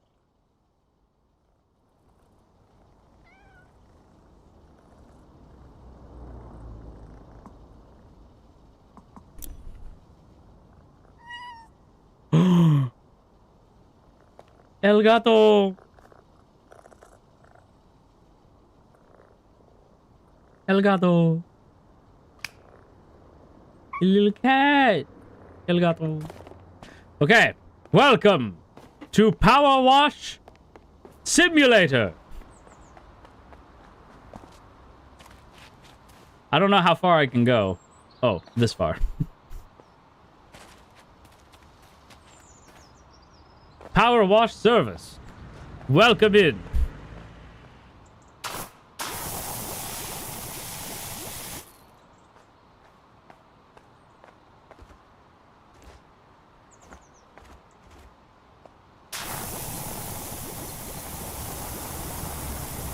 Yeah.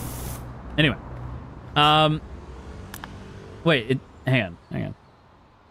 Let me see.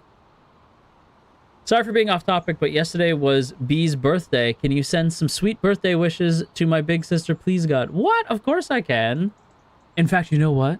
Not only will I say happy birthday, and I hope it was lovely, but B, you know what you get? Happy birthday to you. Happy birthday to you. Happy birthday, dear B. Happy birthday to you. Happy birthday. Yay. Happy birthday. I hope you have or rather had an amazing day. And I hope today is good too. Look at the big Marimomie sitting on the side of the street. We all gonna wash together. Oh my. Oh my, Cloudy. First of all, kisses for the super. Kisses for you as well, Minsu. And for B, birthday kisses. Yes, yes. But yes, you guys are over here. Giant Marimomie! Take a bag! Take that. Alright. How do? Start washing. I would like to start washing. Great news. You're fully moved in, and the removals van moved to the wash bay. And the removals vans moved to the wash bay, awaiting your expertise. Don't think the van should pose too much trouble, despite having to sell off most of your equipment. I know we got a bit carried away at the auction, trust me. There's so much potential at this place. Oh, and Jess says not to worry about paying for the van hire.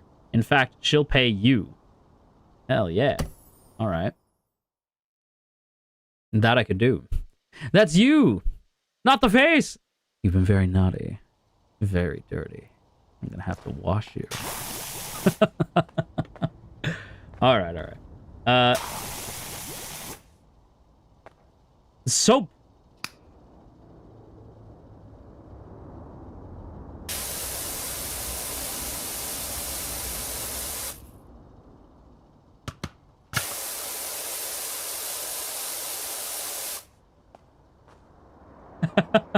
Hang on.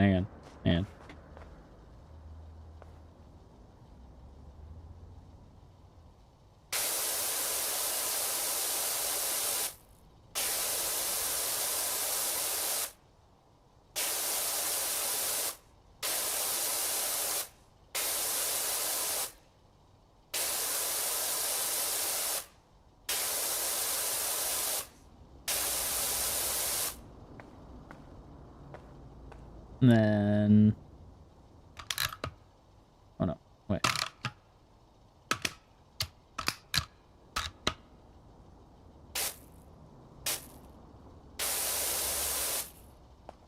Marimomie! Appy, thank you so much for the super. Mwah. Thank you, thank you.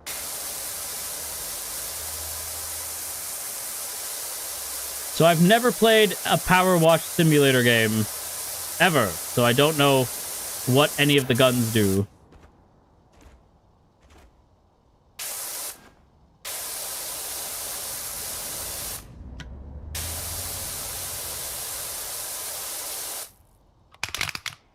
Oh, you can change the width of it. Whoa!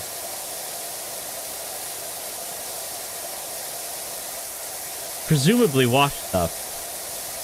Salmon. Salmon.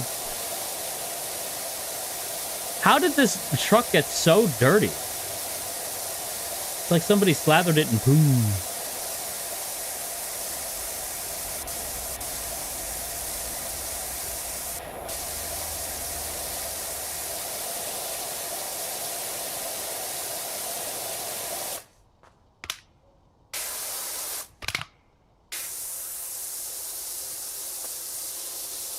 There's lore.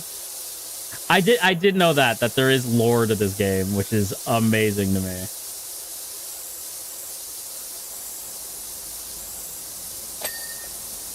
The hubcap is cleaned.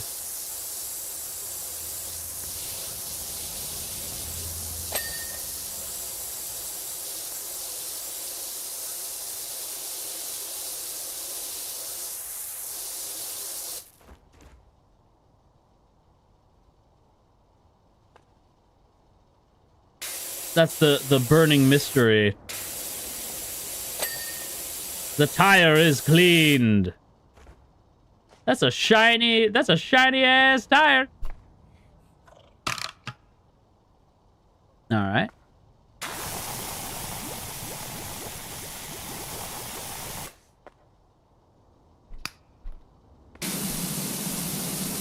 Dang.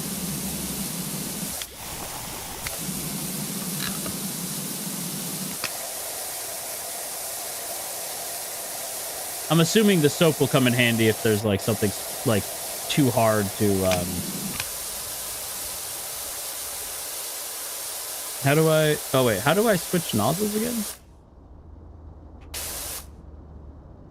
Or no, not switch nozzles, but how do I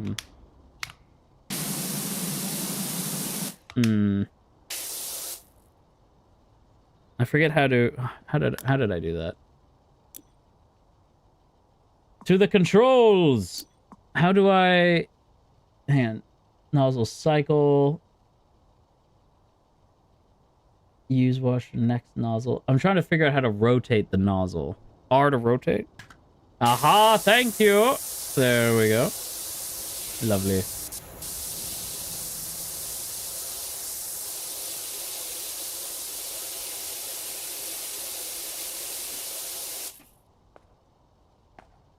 Is that a butterfly? A beautiful butterfly.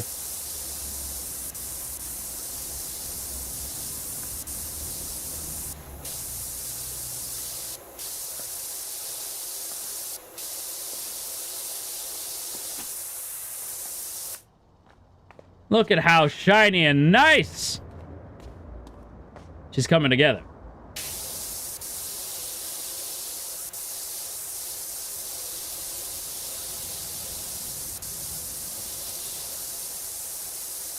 Oh, it's coming up. Everything's coming up Millhouse right now.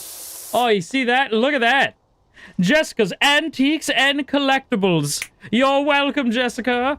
Now, ignore this and in the other side. Don't worry about this. This is fine.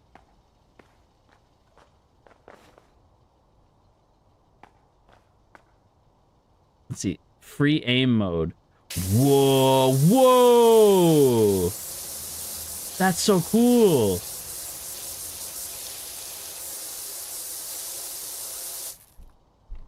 Hang on, what if I get like real close? Yeah.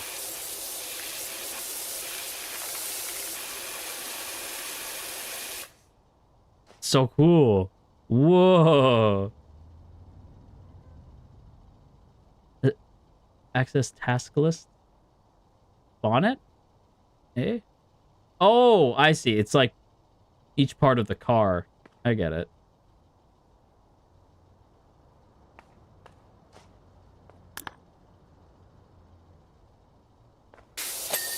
I understand now. Now I understand.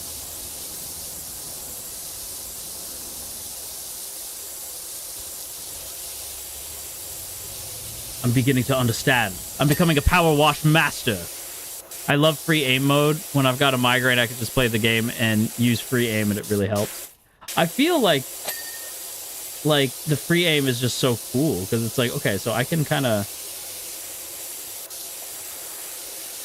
get to a lot of other places like I normally wouldn't be able to get to, which is kind of neat.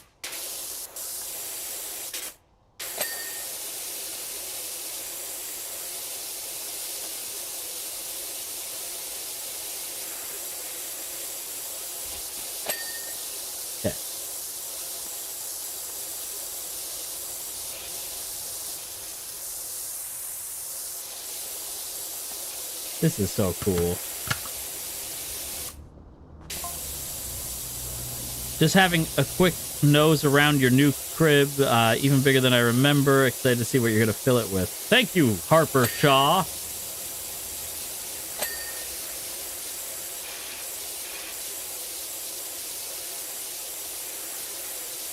It's satisfying. Viscera cleanup detail? Why does that sound familiar? Is that like where you play, like clean up like horror movie sets or something? I feel like I've heard of this.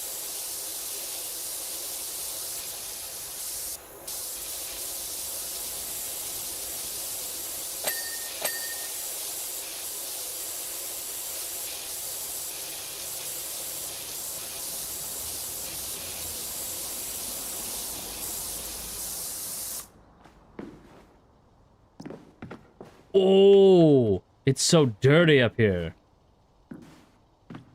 Just like the Marimomies. My goodness. It's gonna take a lot of cleaning to fix that.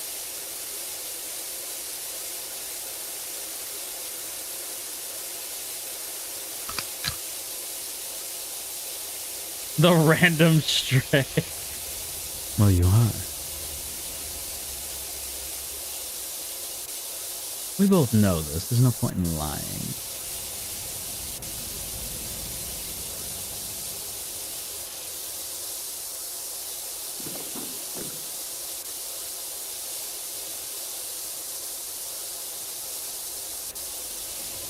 What'd he say fuck us for?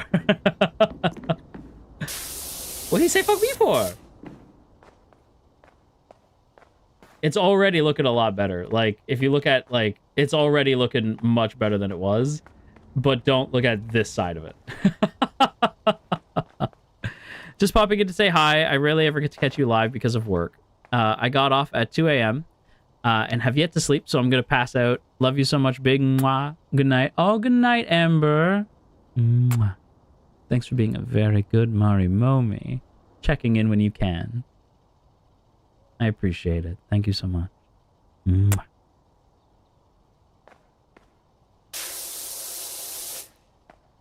Hopefully this the silliness that is Power Wash Simulator can help you fall asleep.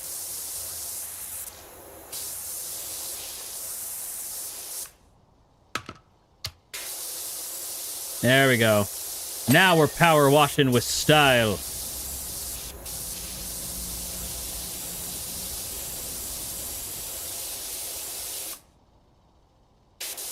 That's so handy. I was just curious. I'm like, okay, what else needs to be washed?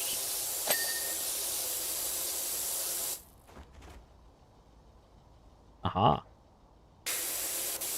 Dirty tires.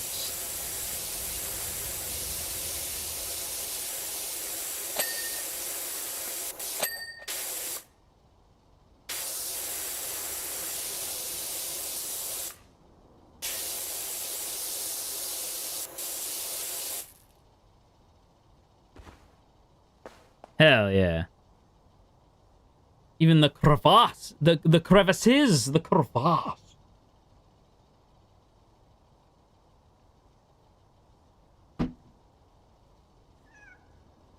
I like how everyone's just chill until Ash says, just like the Marimo. Well, listen. You tell me when I'm telling lies. You know? How many times have we had to talk about the fact that Marimomies just embrace our down badness? You're down bad for me, I understand. And I take great joy in teasing you. Because you're all so cute about it. You know?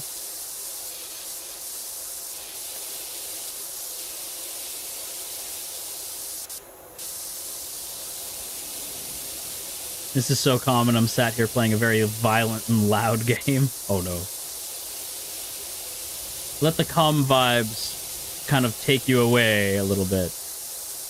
I will be the calm energy you need as you play your violent game. We're normal? What do you mean? No, listen. Being down bad is normal. That is normal. And you are allowed to be yourselves.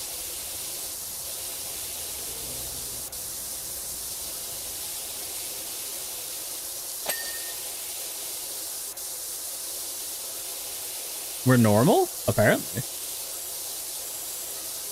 According to other Marimomies, yes.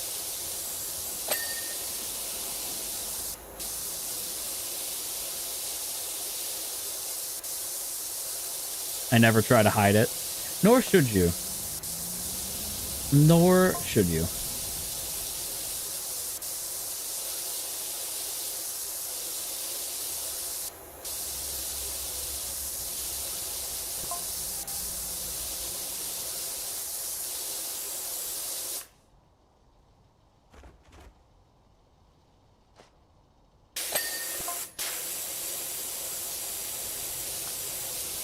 You gotta keep in mind, people who are like, because we know there's people who are, you know, sometimes shitty to Marimomies. And that's okay.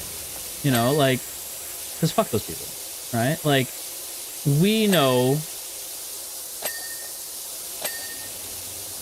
each other's boundaries, and we know that we're just having some fun. And if people don't get that, they don't get that. Fuck them.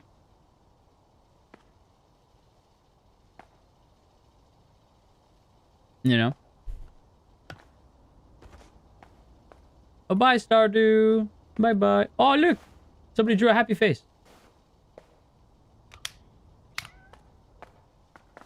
I hear a kitty cat.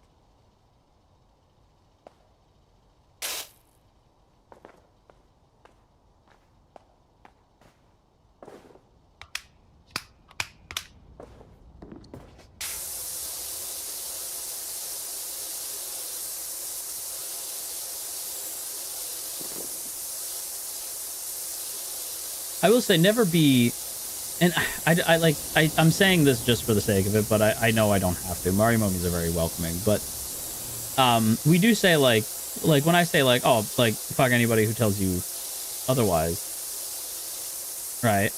I know you guys know to be protective of each other, but don't be like exclusionary, right? But you guys aren't like that, so I never really have to worry about you in that sense.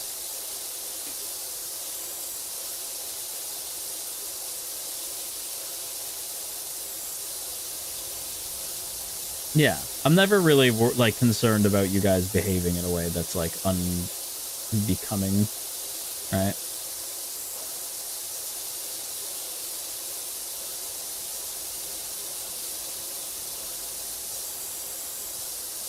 Yeah, we're like uber friendly, 100%.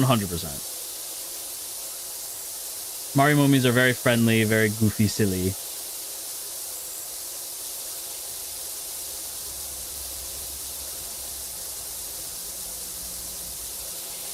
And I will say this, Zanny refers to Marimomies as the Netherlings' cousins, which is adorable, but is very accurate. I think, like, in terms of community, like, Zanny and I are very, like,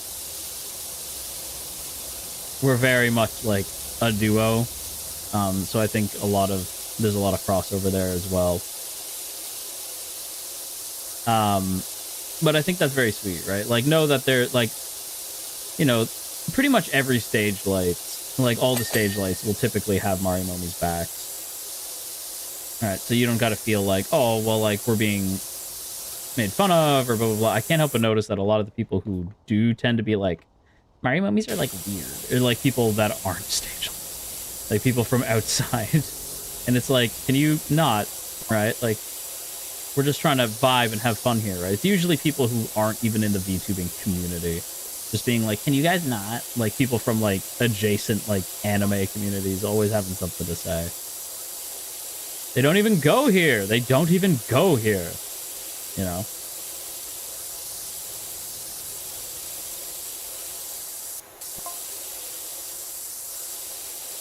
There's text messaging going on. I'm not looking at it, though, because I am busy power washing.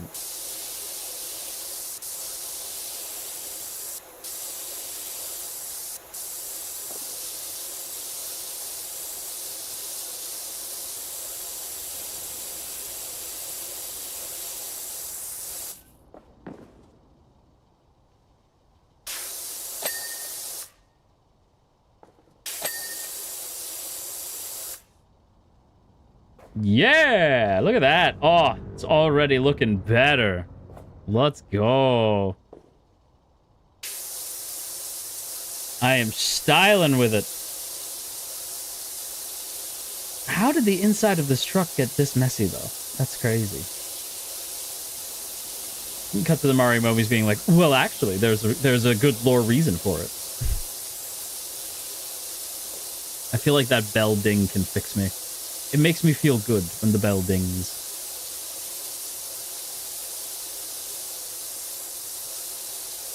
It means I know I've done a good job. Then I'm a good boy.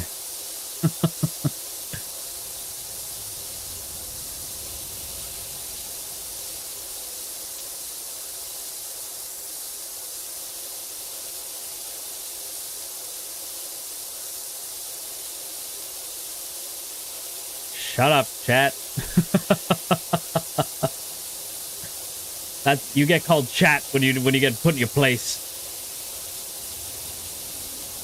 Shut up, chat. Only I'm allowed to make that joke.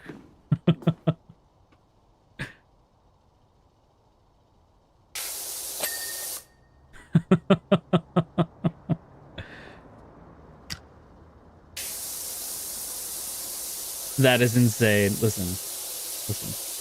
Marimomies be taking themselves, be taking it too far. No, I'm joking. Well, I remember Marimomies being like, well, how come, like, what do you like? I'm like, pretty much any attention I am a fan of. So, you know, there's that.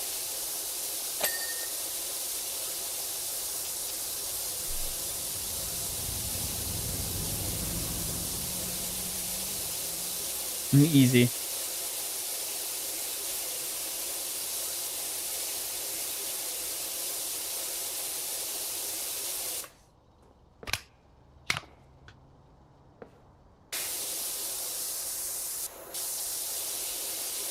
That's so true. Yeah.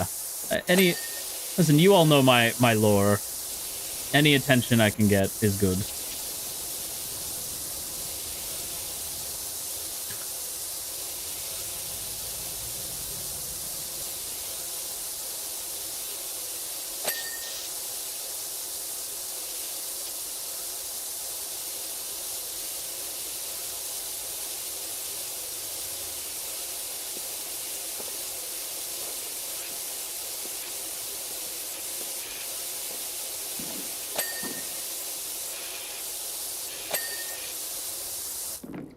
All right, look at this place. Much better.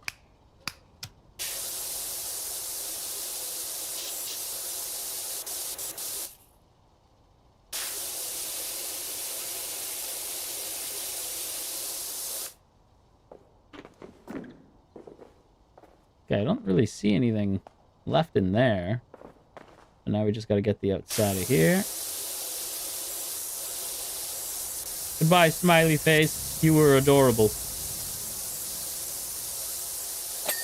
Look for a while. Headache's getting worse. Bye for now, Marimomies. And whoever the streamer is. Oh, fine. Eri. I hope you feel better soon, though, Eri. Rest up, okay? Valve. Rest up, Eri. Feel better soon.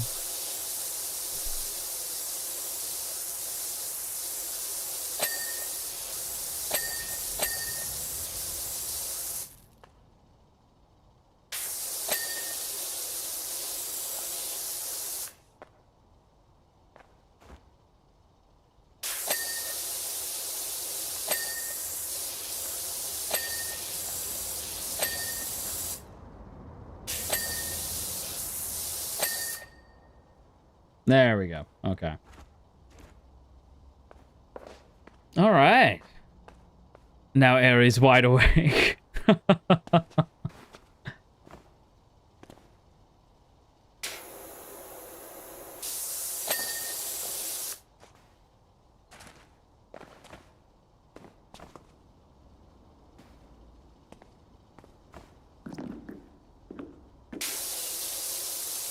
Now we gotta wash the top.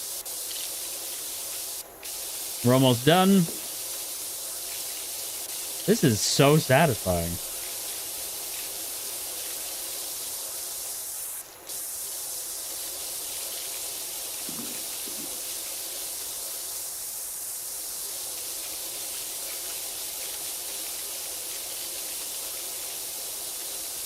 This is the first time I've caught somebody playing this live.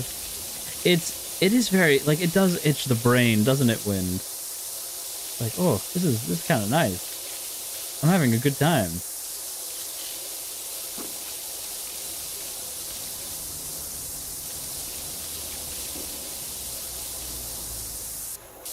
Yeah, I tank those headaches, I guess. Harry. Just so you know. Wait, what's going on? It's telling me something? It's like giving me like a little wayfinder. That's crazy. Harry, just so you know, I hope you feel better about that. And in fact, just for you.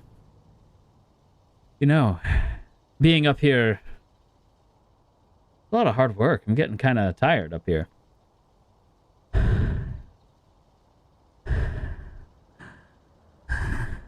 Oh, jeez.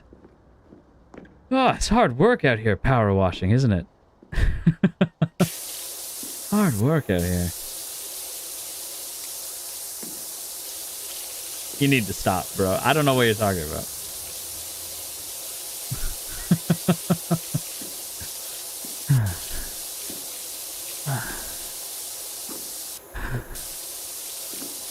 It's just hard work.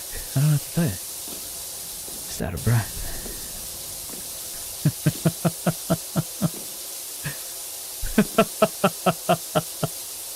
I don't have my headphones. Listen, it's just hard work. I don't know what to tell you guys. I have to start planning my my schedule for... I have to start planning my schedule for next week, and I'm thinking a lot of it is probably going to be... like, I want to get back to doing kind of ASMR stuff, because I feel like it's been a hot minute since we last did it. So, yeah, that is something that I want to get back to very soon.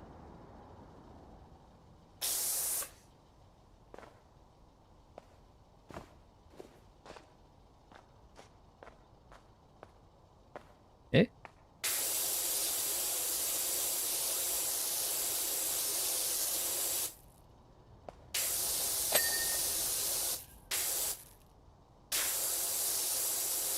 Hell yeah, brother. Yeah, the next ASMR is going to be another Menshi one. It's going to be doing your requests, right? So, you know, if you have a request for me for ASMR, you know, that'll be, yeah, we'll do on stream, we'll do like a little, like, if you have a request, you know, you can go ahead and request. Yeah. Yeah. You toss me a super, I'll say whatever you want me to say. Yeah. I'll be yours to command.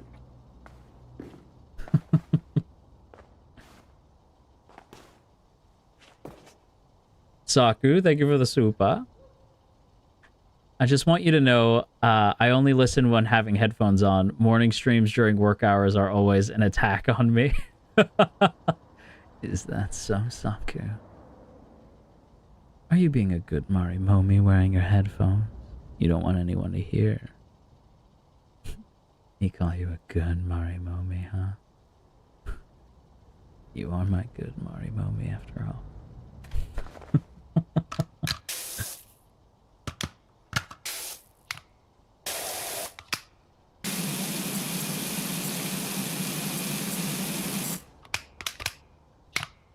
Ooh, this one's strong.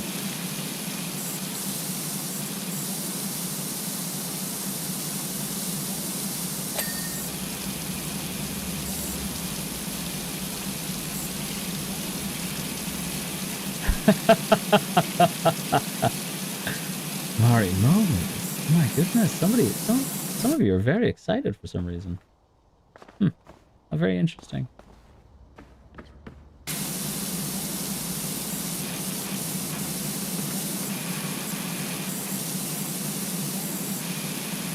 Oh, I won. I don't know what you're talking about.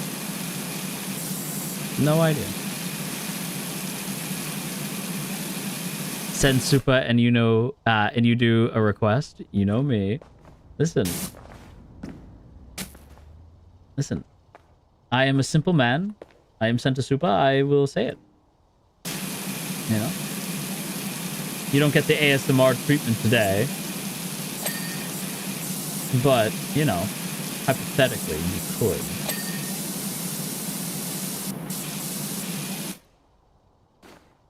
I know what Minsu's looking for. And Minsu's looking for a Bayu. Bayu. Bubbles! Good kitty.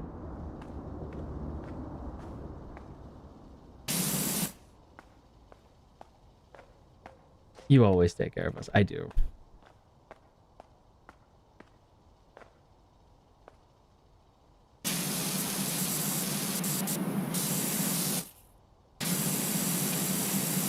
I know what my Marimomie is want.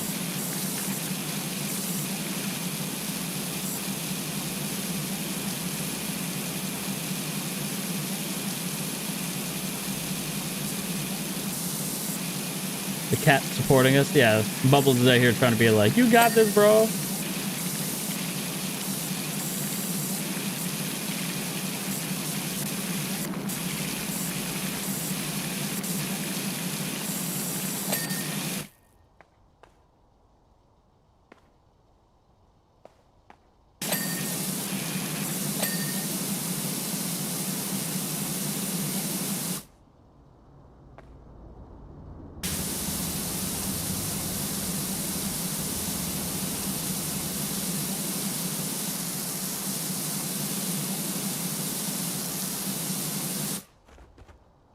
Aha! Sneaky spots.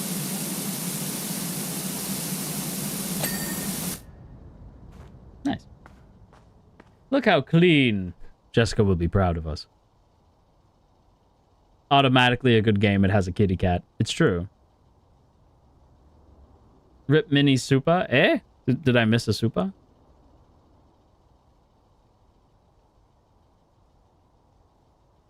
Eh?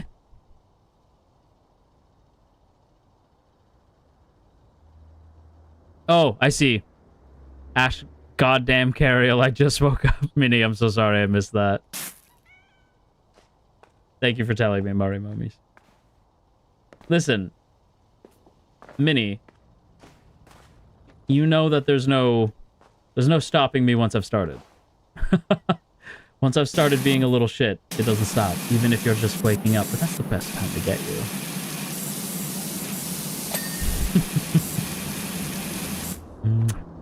Thank you for the super.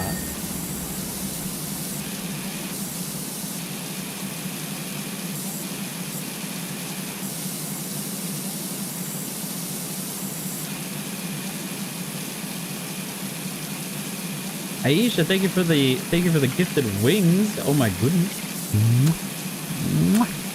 Thank you, thank you.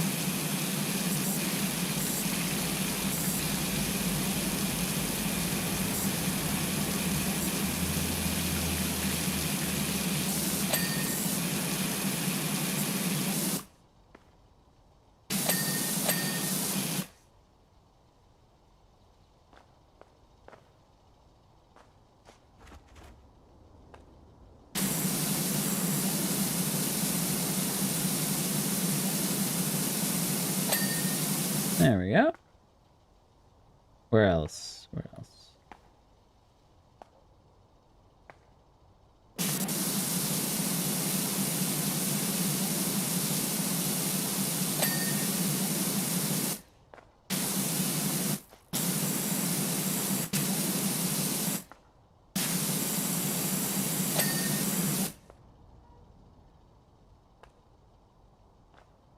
Hmm.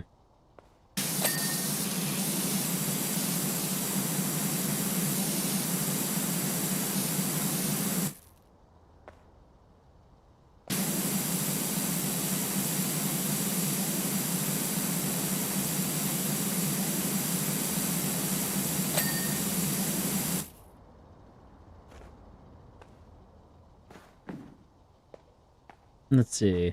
Cargo hold wall? What? Cargo hold wall.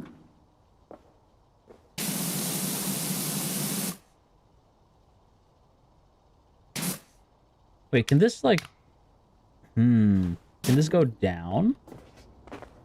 Can I pull this down?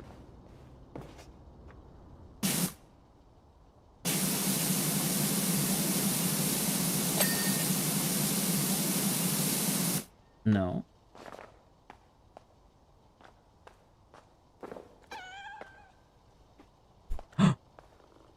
Ulysses?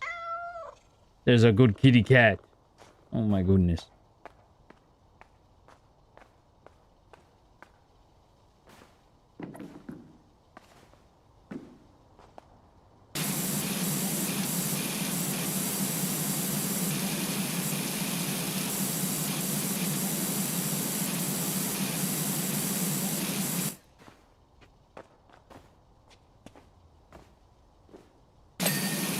There we go.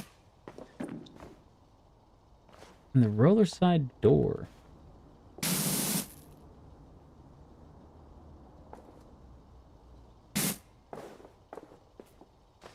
let's see, the roller... oh no, the roller shutter door's done. Cargo hold wall.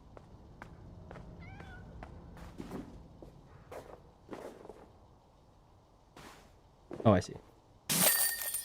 Yeah! Job complete! She's finished. Behold! Looking stylish. Oh yes, before I forget, I wanted to ask if you had any advice for someone who's trying to get back into reading. Well, first of all, Rex, thank you for the super. And for being a very good Marimomie for me. When it comes to getting back into reading, what I suggest is what I do, which is I don't usually have time to sit down and read. Usually I'm kind of running around doing a million different things. So a good way to get back into reading is actually audiobooks. Like, just so that you get used to, like, kind of remembering what it's like to be listening to a narrative as opposed to being shown one. So starting with audiobooks is a great place. And then if you want to start, like, picking up reading, even just doing, like, 10 minutes a day. Not caring about the page count as much as the time you're reading, right? Like, ignore the page count. That doesn't matter. Just the amount of time reading, you know. Oh, wait, I could have...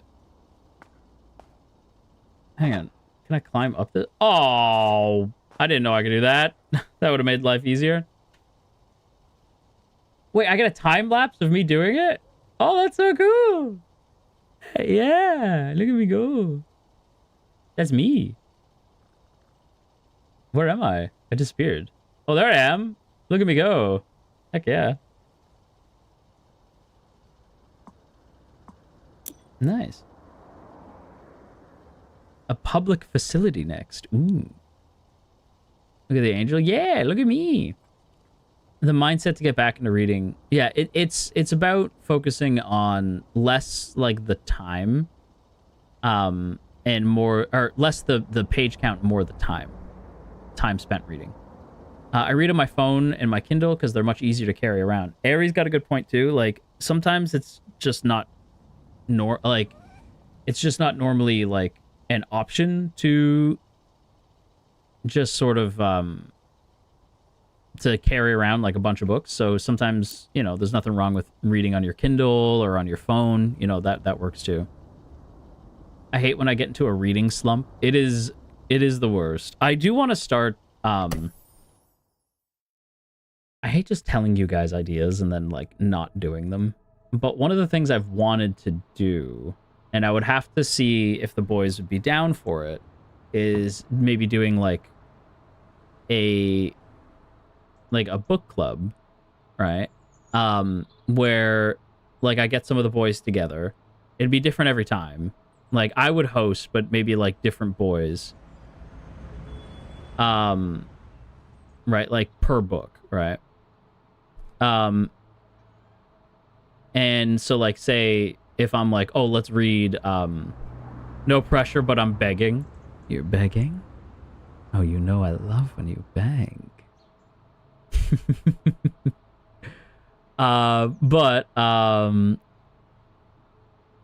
one of the books that I've wanted to read has been I want to read Sunrise on the Reaping really bad. So I was curious if like maybe some of the boys would want to read it. Maybe like one of the boys who has only seen the movies, one of the boys who maybe has never touched the Hunger Games at all, right? And like just try to see like different perspectives, right? And then you know, it's another book, and then maybe we get some different boys together. I'd really like to do something like that. Now, mind you, I have to ask Mane-san if that's okay. If that's an option for us to do at all, because you know, you never know. Why does that look Sailor Moony to me? Does that look like it's giving Sailor Moon to me? But yeah, because I don't know if like maybe we wouldn't be allowed to do that for whatever reason. Like you just never know. What? What? What? El gato? El gato? El gato. Hi, Ulysses. Hey, buddy. I can't say cat anymore because of Demon Slayer. There's this scene in Demon Slayer, I won't say, like, what happened. But one of the characters is trying to say, like, arigato, but is instead saying, arigato, arigato. Like, they're trying to say, arigato, but they're saying el gato. So if you know the scene in Demon Slayer, it's like, I forget, during the Entertainment District arc. And instead of saying arigato, they're saying arigato, arigato. So funny. And I quote that all the time now, just arigato, arigato. Like,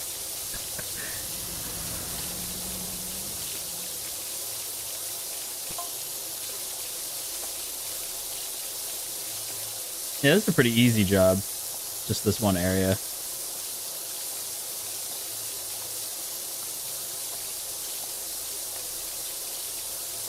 Demon Slayer. Okay. I have to... Do you guys mind if I take a moment to rant about a little something? Do you mind if I get a little bit nerdy? Because I have to get... and by a little bit nerdy, I mean very nerdy. You guys know I love to tease you. And you know... You know I try to be as hot as I can be at all times. However, is there anything hotter than me ranting about fucking Dragon Ball? Because I got a bitch about Dragon Ball.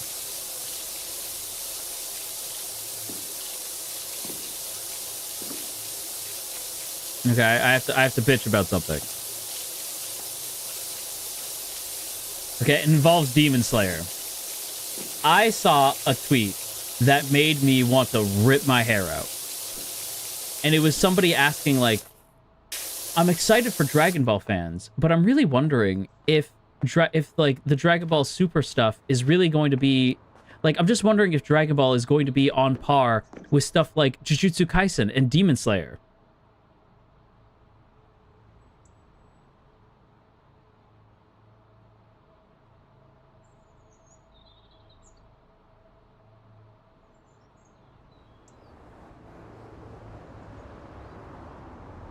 You fucking wish you were as hype as Dragon Ball. Bitch, please. I love both of those shows, but excuse the actual shit out of me. That is that had to be, yeah, I was like, this has to be rage bait. There's no way this is real. What an insane take. I was like, you think JJK and Demon Slayer are hype? Bitch, Dragon Ball is the hype. Dragon Ball invented the hype. Miss me with that shit. I was stun locked. I was like, bro, I love Demon Slayer. Like, there are some moments in Demon Slayer that I get so unbelievably hyped at. But who do you think invented those tropes? Who do you think Who do you think perfected them? Okay? Dragon Ball. Hello, respect your elders. Alright? Like, unbelievably crazy take. I was stunned by that. Stunned. Right? When even then, Dragon Ball's not even the original. Because you could argue, like, well, what about Fist of the North Star? What about our boy Kenshiro? You know? What about Astro Boy?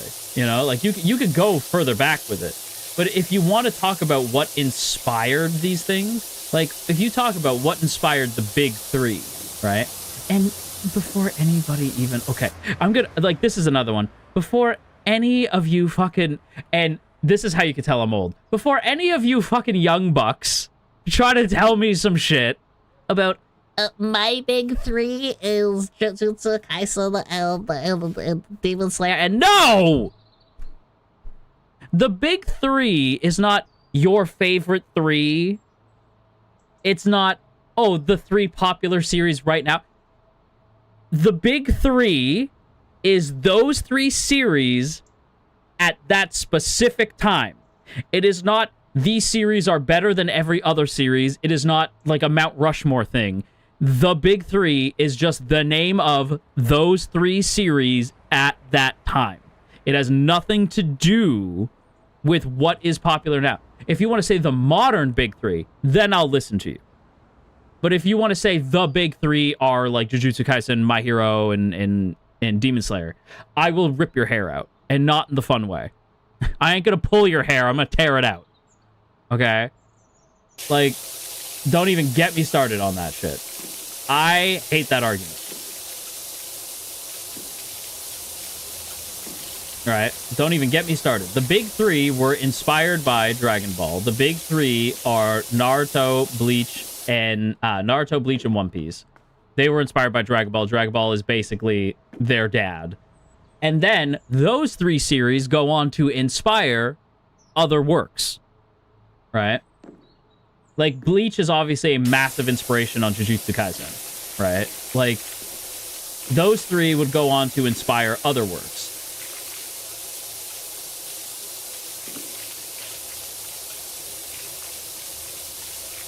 But those three were the three that are likely like having the biggest impact on shonen right now in terms of their inspiration.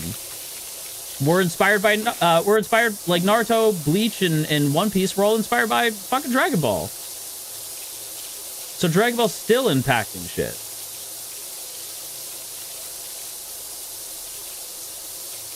If anything, the modern big three are just the grandkids of Dragon Ball. Exactly.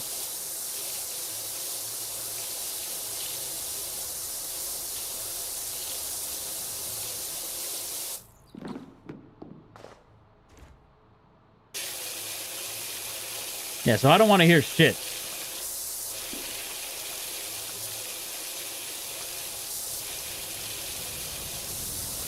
I don't want to hear shit about, like, do you think that, like, I'm just worried that Dragon Ball won't be able to reach the same levels of hype as Demon Slayer and Jujutsu Kaisen.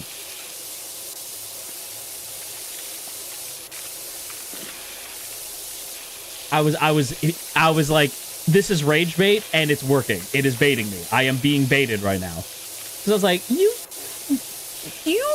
fucking, ooh, you I was so mad. I was so mad. I was like, this person is like a S tier, like, rage baiter because it worked on me.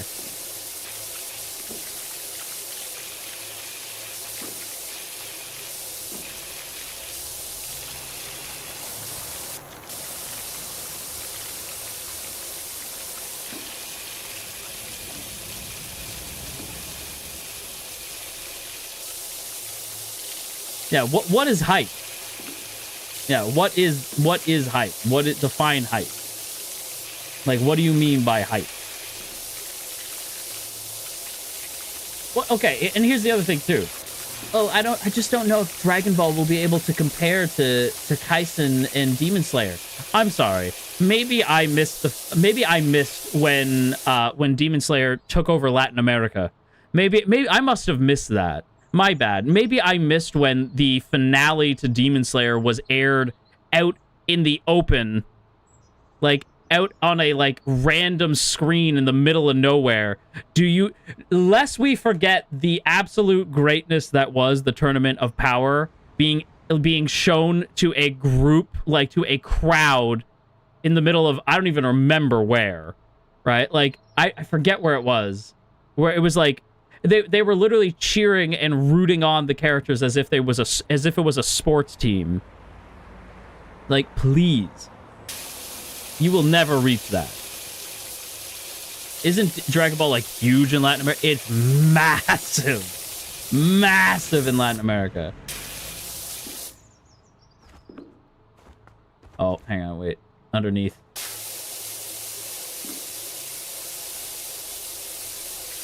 Massive, massive, massive, yeah. Along with a lot of fighting games, because Latin America is based as fuck.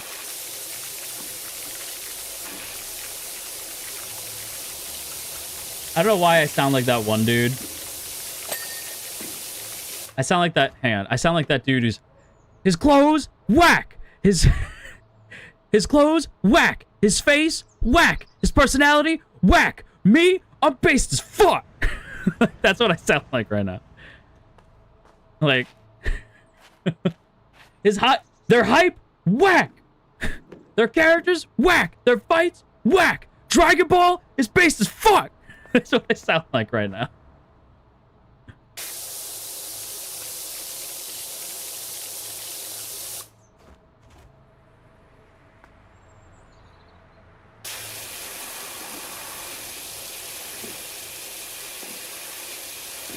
For the record, I love both of those series, as I said, but like, you just got me fucked up. You just got me fucked up.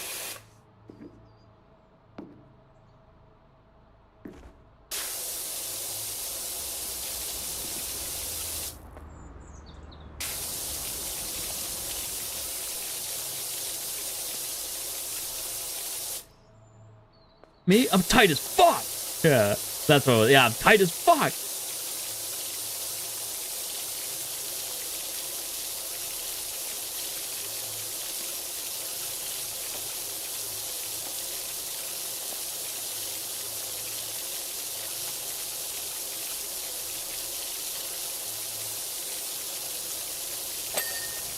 I forget everything he says, like, in that video, but it is so funny.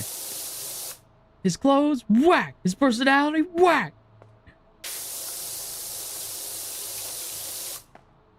But me, I'm tight as fuck. That is confidence. I got it, like, mostly right. Yeah, I got it mostly right.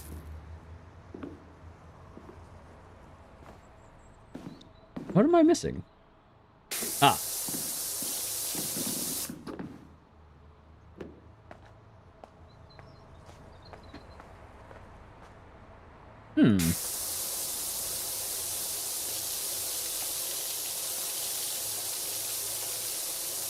Looks pretty clean to me.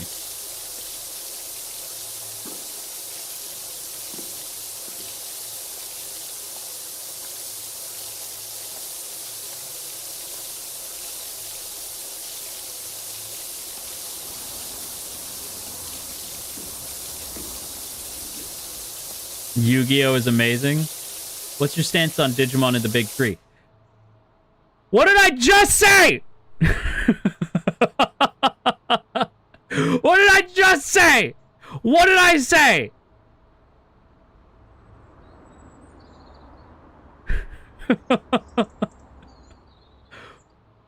What is the Big Three? Is the Big Three my favorite? Is the Big Three everybody's favorite? Is the Big Three... It's the Big Three at that time from Shonen Jump. That's what the Big Three is.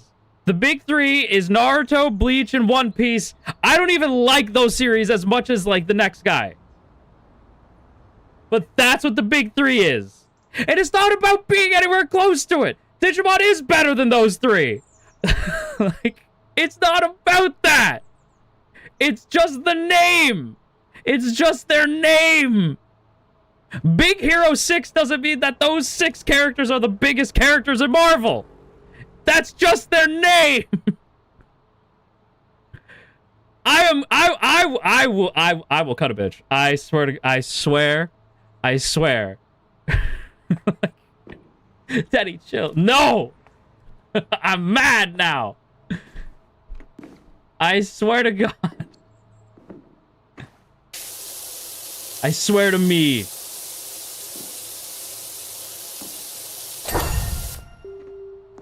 Got it. What the fuck? What the fuck? What the fuck? Ah! What the fuck?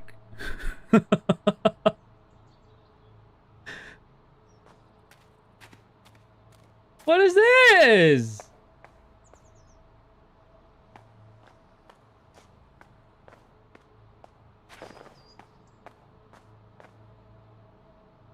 It's a toilet?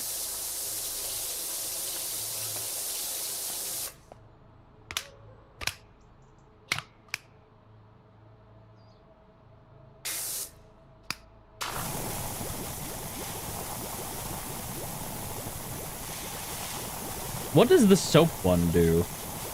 I'm gonna just soap it. I'm gonna let it soak. The soap.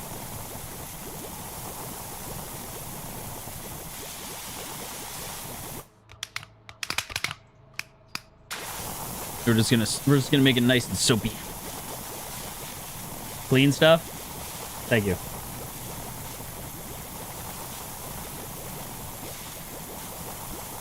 The bubbles are very satisfying. I agree.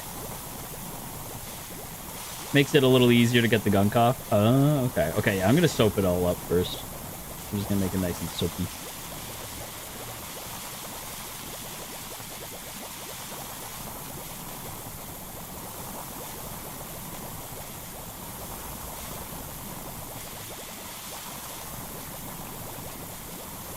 You know what? I'm gonna soap the whole thing. We're gonna soap this whole thing, and then we're just gonna go around it with the power washer. I'm just gonna make it nice and soapy. She power on my wash till I sim. She power on my wash till I simulate. 2. Oh my gosh. Wild. What the hell? She power on my wash till a simulator 2. Power washer? I barely know her. I'll power wash you in a second.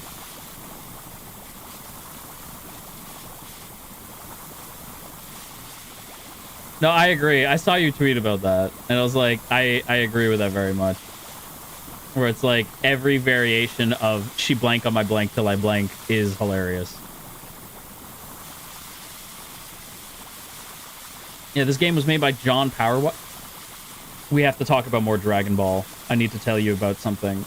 So you remember when I was telling you guys about how there's that new game coming out, Dragon Ball Age 1000, and it's set in the year like in the Age 1000 for Dragon Ball, which is very far into the future. Did I run out of? I ran out of soap.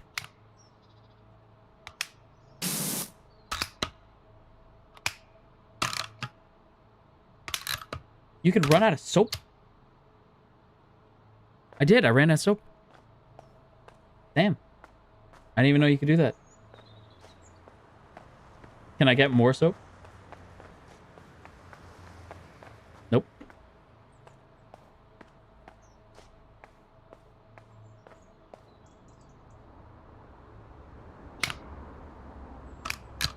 That's where the upgrades come in. I understand now.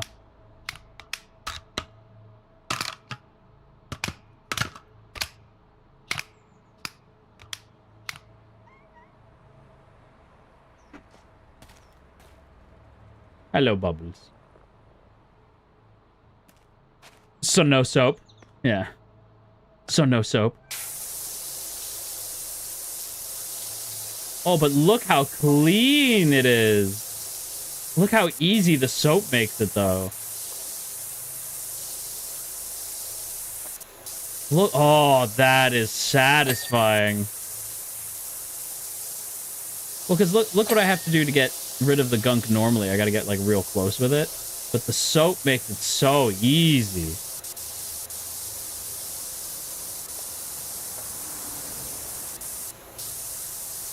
Like, hang on, check this out.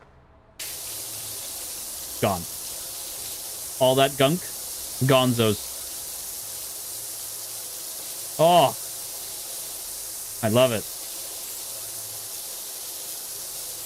I do wonder how this got so dirty to begin with. Well, if this is a toilet, I do have theories.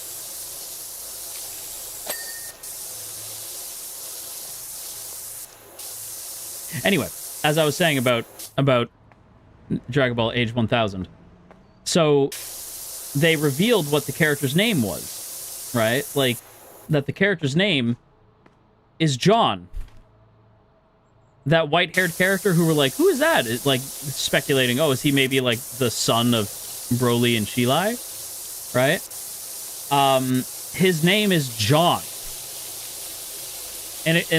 And right next to his name was Dragon Ball, like 1000, right? So everyone's now calling him John Dragon Ball. That's his name. John Dragon Ball.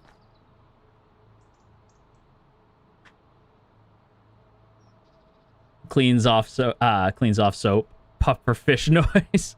That pufferfish from Gone Fishing was terrifying. But yes, his name is John Dragon Ball. John Dragon Ball. That's not actually his name. It's just like, unfortunately, Dragon Ball was really close to his name. So all the Dragon Ball fans were like, his name shall be John Dragon Ball from henceforth. Also, you guys remember when we watched Dragon Ball Super Broly, right? So there is another movie that we should watch soon called, it's the sequel to that, called Dragon Ball Superhero. And in it, there's a scene where Beerus meets, I won't say why or how, but Beerus meets Broly, Lemo, and Chilai. And Beerus is a man of excellent taste. Beerus meets Chilai and is like, I like this one. You know, like that Beerus voice, like, oh, Whis, I like this one. Right? And when we meet John Dragon Ball, we also meet another character, I think called, like, I forget her name, like, something Dragon Ball, right? So I forget her name. But she is green with white hair, like Chilai, but she has cat ears and a tail.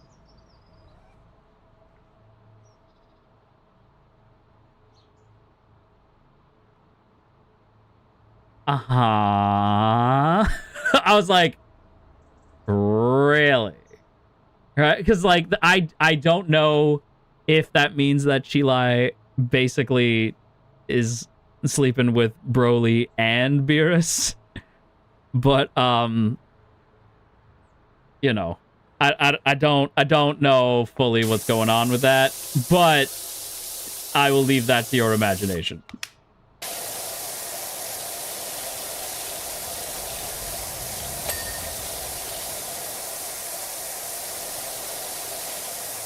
I'm just saying, maybe Chilai is like Polly, and Broly's like Broly and Chilai have like an understanding, and Beerus is like, oh, sounds good to me. You know how Beerus wouldn't give a shit. Beerus would be like, cool, whatever. You know? Love wins. In the end, love wins. Look how much longer this takes. It's not the same. We have to upgrade the soap immediately.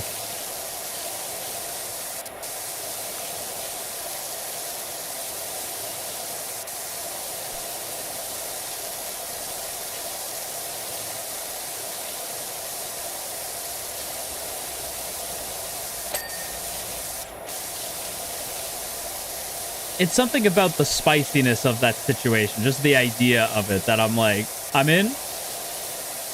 I don't think that's what the Dragon Ball creators had intended, but I'm like, this strange, like, polyamorous relationship between Beerus, Broly, and Sheila that probably is not canon, but is the one in my head, is fascinating to me. Well, because you know Beerus and Whis also get down sometimes. I don't care what anyone says. There's no way they don't. Oh, Lord Beerus. Like, please. That definitely happens. Whis is about that life, okay?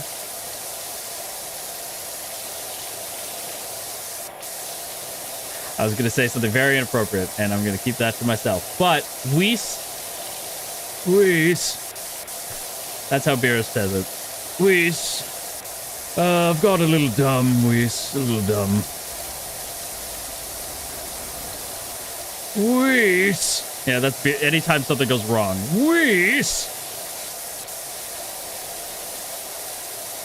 Also, low-key, I am really excited for the remake of Super because I just fucking really like Beerus a lot. I don't really talk about it a whole lot, but Whis is like my favorite. Like, he's slowly become like one of my favorite Dragon Ball characters. I love Whis. And I just really like Beerus a lot. I just like Beerus. He's just a cool dude. Like his relationship with his brother Champa, like how they interact, the way he's so like chill, but you can tell he's seen and been through a lot. Like, Beerus is just a cool character. I just like Beerus a lot. That's just my goat.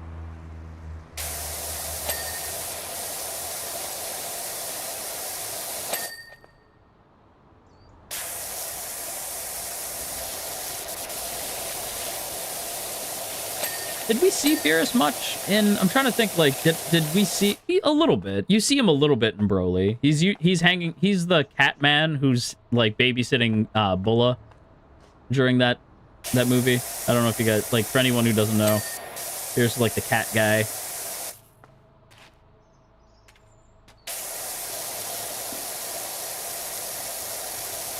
Yeah, you see him for, like, a little bit. He's not really in it much.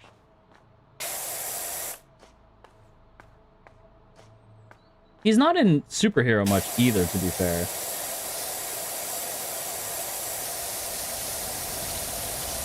Like, in Superhero, he's not really there a whole lot.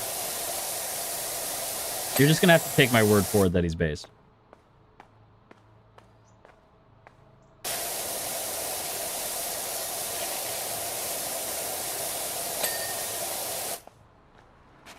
Outer wall top.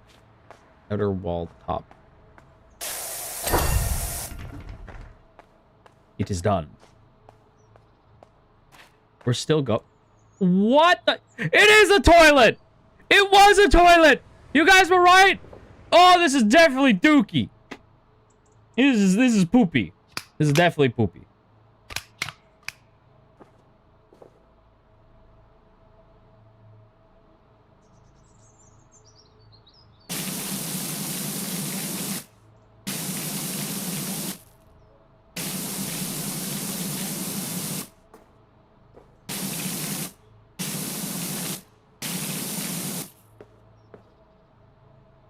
That's what's in here. That's what this is. Ew. Ew. Who had the taco?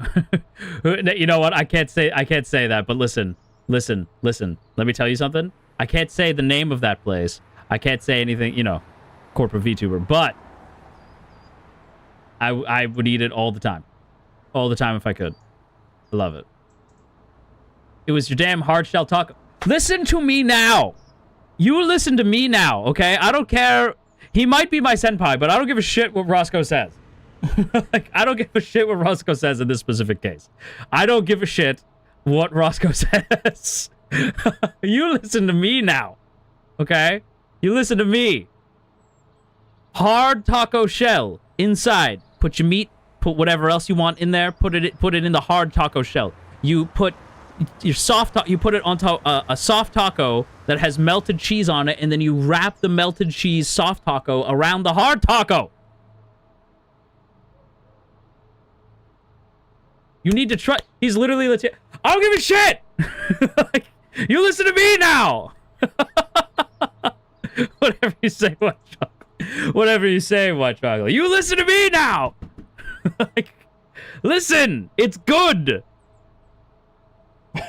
Like, people are like, you can't tell Roscoe nothing. Listen! In this specific case, I'm right! Like, you have no idea. Like, before stream started, Roscoe's like, this is fucking blasphemy. I don't want to hear this. He was, like, so upset.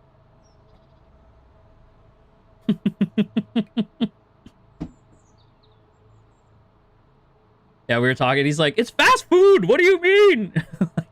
He's like, that's not the same thing. It was too funny.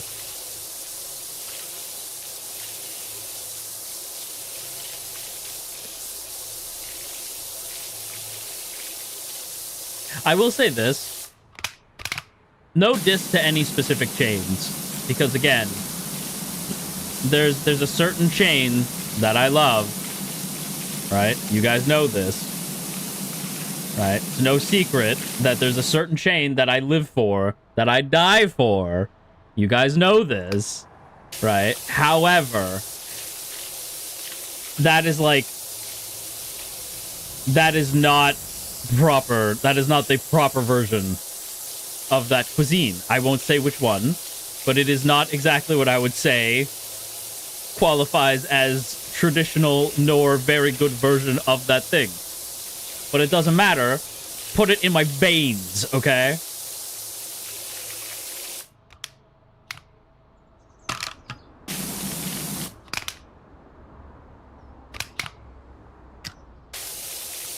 Oh my gosh, this will not come off.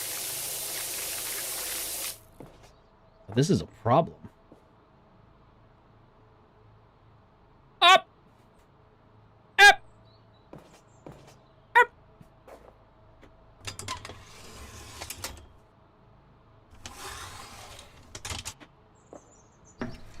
Oh, come on now.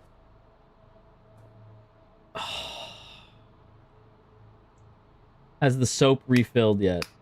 I really hope so.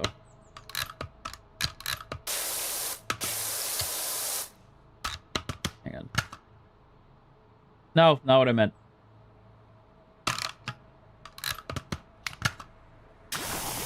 Oh, thank you.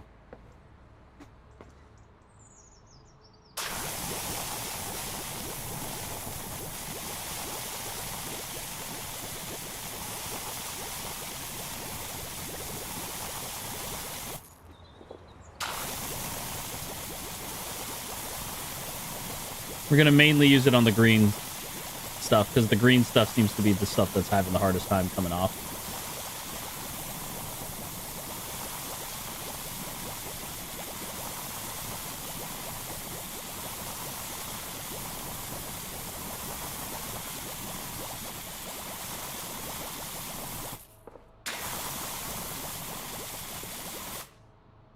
Okay.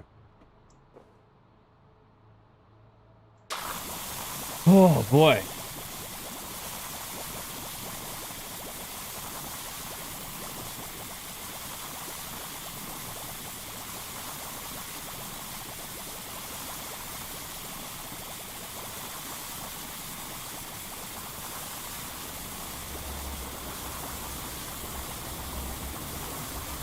Anyway, the point is it traditional? No.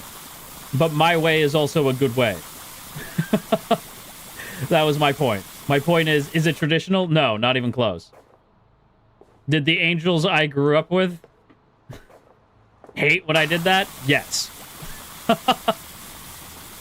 I've spoken about the angels I grew up around before. Did they love when I did that? Absolutely not. They were horrified. Did I do it anyway? Absolutely. Because was it delicious? 100%. There we go. That's all the soap. Okay, that should help.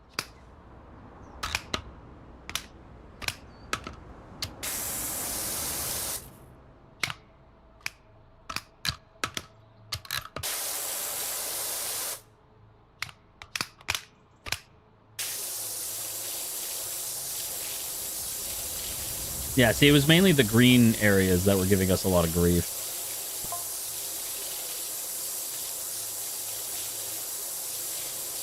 I fell asleep and woke up to Ash rage. I'm not raging, I'm just right. Like,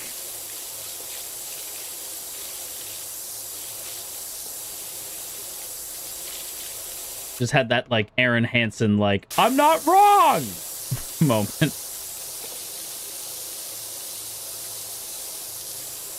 White boy, you're wrong. I am not. Well, if I'm wrong, I don't want to be right. Okay? Well, if I'm wrong, I don't want to be right. It's delicious.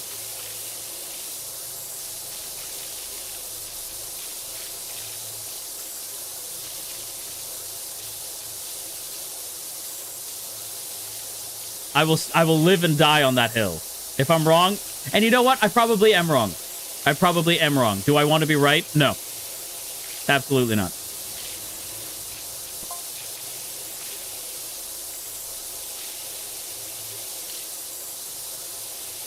How does that work? What do you mean, how does it work? It's not brain science or rocket surgery.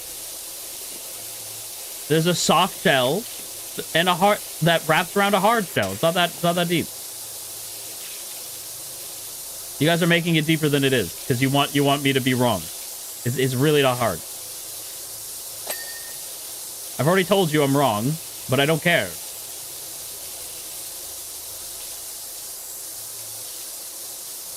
It feels like texture. It's not. It's really good.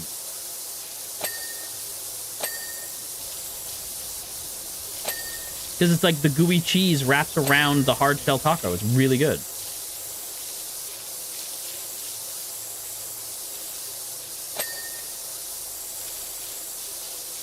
I'm not wrong. Even if I was, why do you care? It's how I eat it. It's how I like it. Why are you guys yucking my yum? You always tell people not to yuck each other's yums. Just stop yucking my yum. I like it. Why are you being mean to me?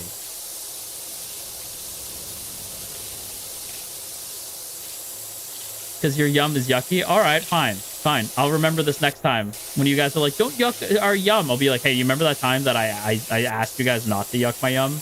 And you guys were like, yeah, but your yum is yucky. Just remember that. Just remember that. Marimomies, I'm putting you on notice. Please remember this.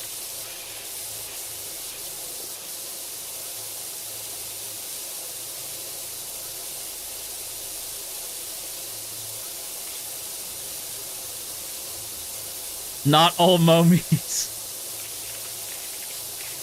Yes, but you are a conglomerate. You are a group, which means, therefore, all momies. All momies in this specific case.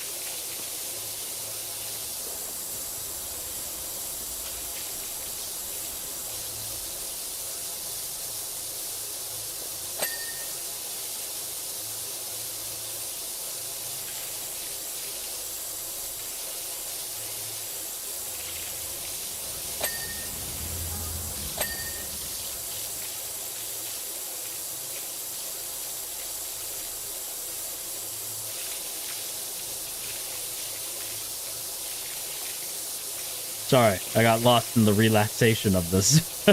My brain went quiet for a moment, and I'm like, talk. Ash, talk. I was like, oh, right, yeah, my bad. Where were we? Something about me being right all the time. Something about me being right. I forget what it was. Yeah, I was like, man, this is calming.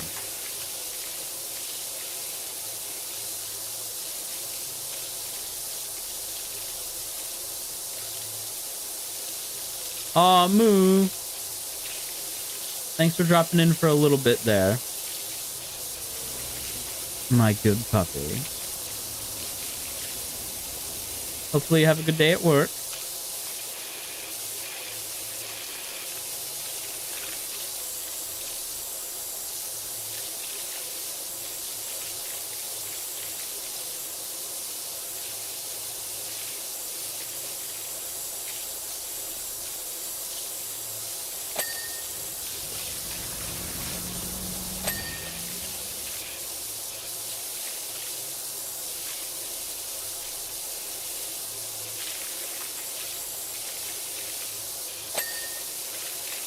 Mwah.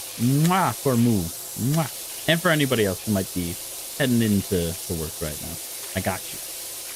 I got you. Let me got you. Let me get.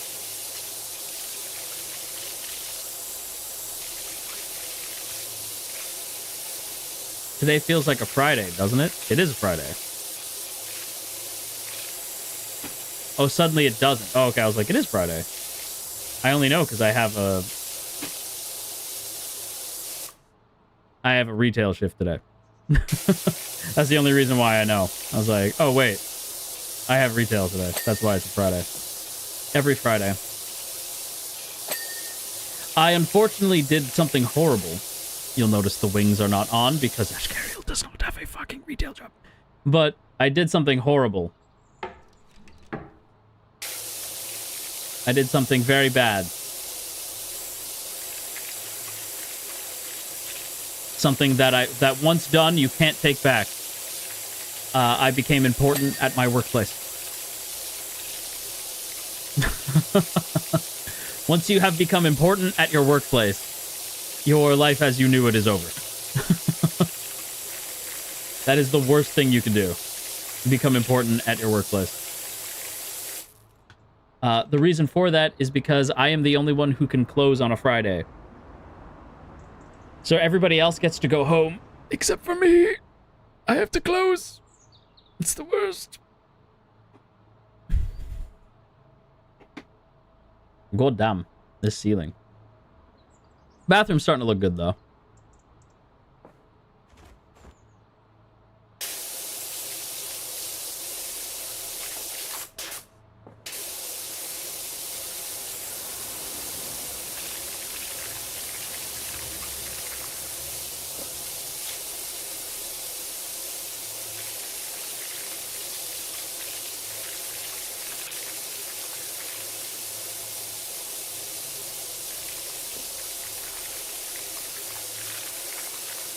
Ooh, that sound sure is satisfying.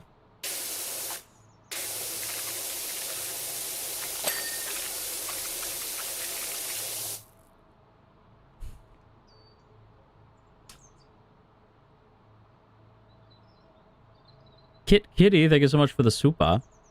Trash tier food fucking slaps sometimes. Quality and taste have little correlation. I will die on that hill. I agree with you. I agree completely. Listen, sometimes I want my trash food, okay? Sometimes I want my trashy food that's like, that I know is bad for me, but I want it anyway. You know?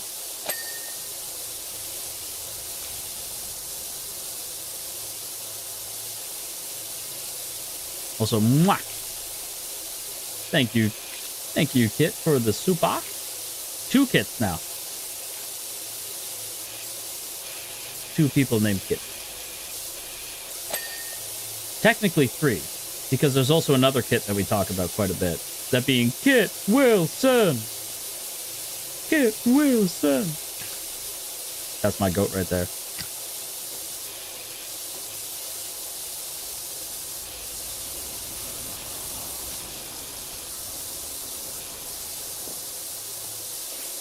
When Kit Wilson shows up in the Rumble, I'm going to be like, Kit. I'm going to be like, Kit.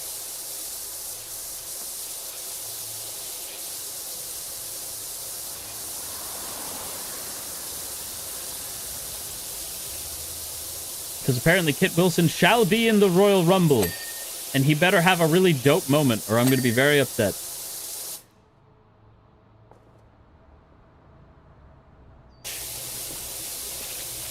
They're letting him win on main event, which is like their kind of like where they throw like random matches. They put it on WWE main event. And they're starting to let Kit win, which is giving me like false hope that I'm like, wait, are they going to try to turn him into something? Is he going to be like actually winning? Is he going to be like not just a jobber?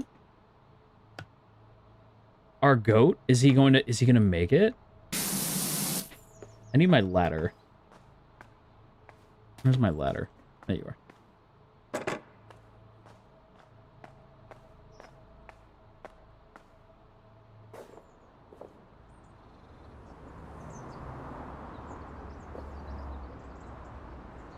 Oh, I can't place my ladder in here? Okay. I'm just trying to get it from here.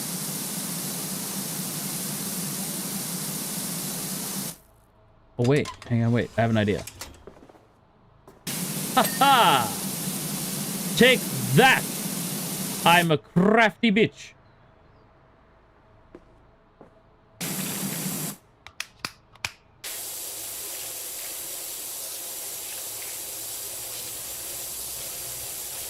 How did it get even onto here? Like, this is nuts. Genius! I am a genius. Genius. It's okay to be impressed by my geniusness.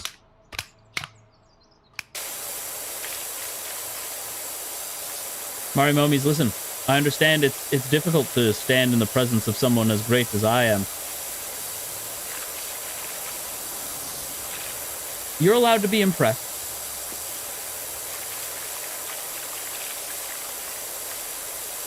Just know that your worship is very much appreciated.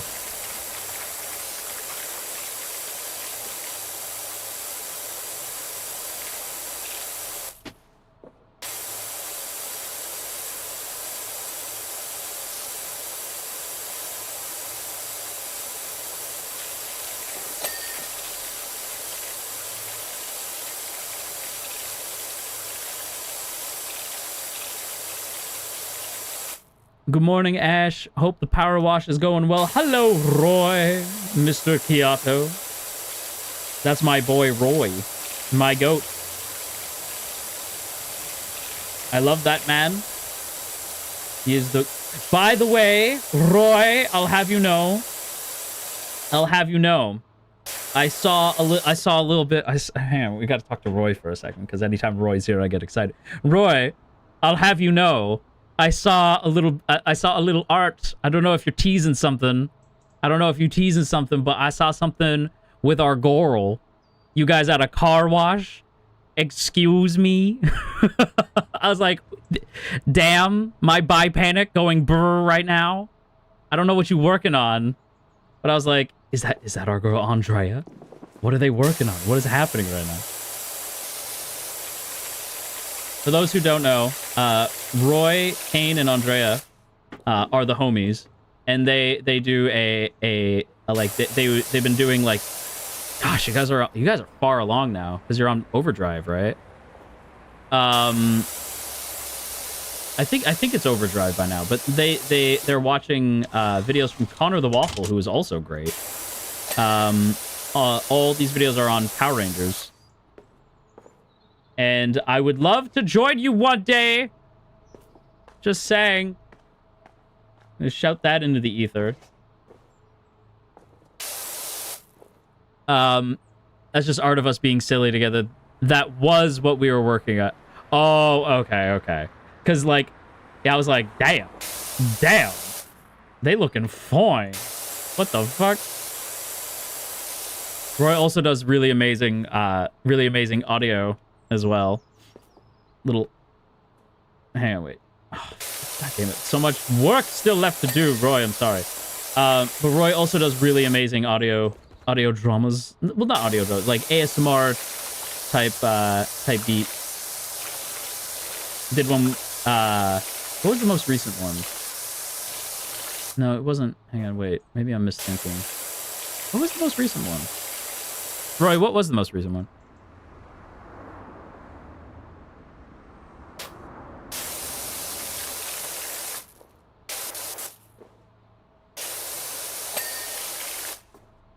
You've been there. It's, yeah. I know a lot of Marimomies are also fans of Roy. That's okay. I was like, was it with Shia? Like, I couldn't. Okay, so it was the one with Shia, because I was like, I'm pretty sure the last one was with Shia. Because I remember the art of it, but I'm like, am I thinking of a previous one, or am I right in assuming that? But yeah.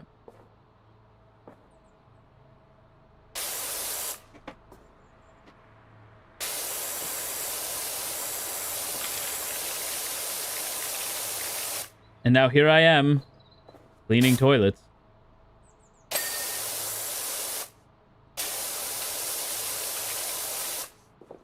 Roy, you want to clean this toilet with me? You want to be a homie and help me clean this toilet right quick? Please? Help.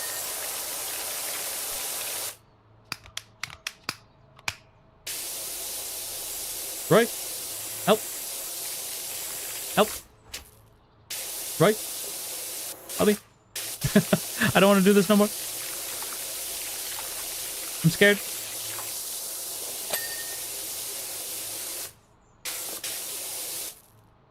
Okay, what is left?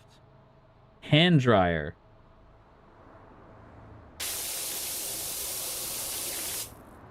Oh, I see. Yeah, it's all on the bottom of it.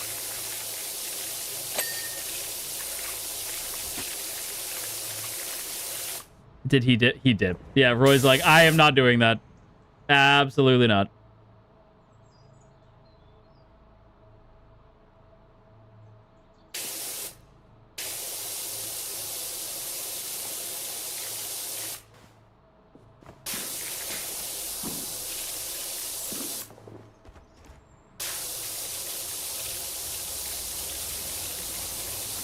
And you know what? I don't blame him.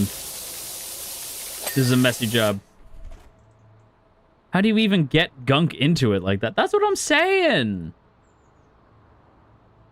The changing table? The changing table is still dirt. Oh, wait, the bottom of it. Yes, sir. I was right.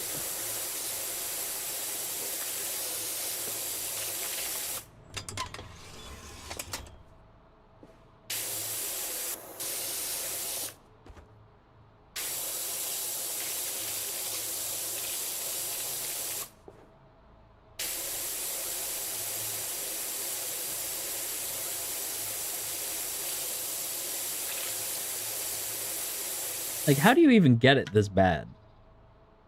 You know?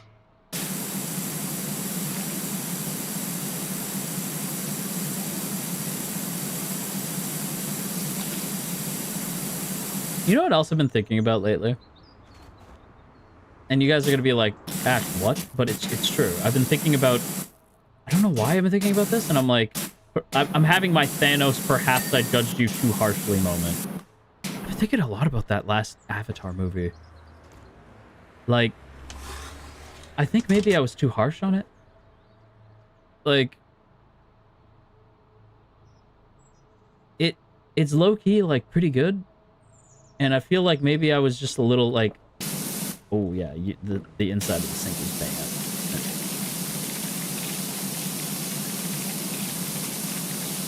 Because I was thinking about the scene where, like, he's got Spider, like Jake has Spider, like, pretty much, like, he's gonna kill him. And then Spider, at first, is like, Jake, don't! Jake, please! But then Spider, like, listens to Jake and is like, you know what? It's okay. It's okay. Right? And they have that it's okay moment. I'm like, God damn!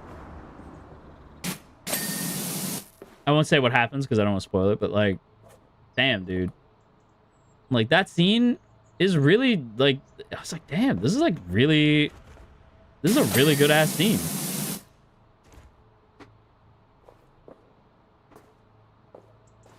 Yeah, a really good-ass scene.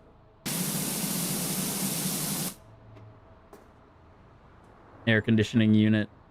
I think this is the air conditioning unit. I'm assuming. I thought I got this already.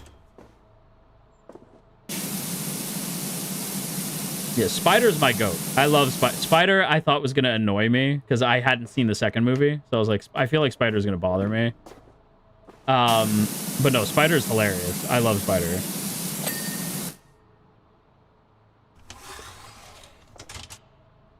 All right, and then the inner wall.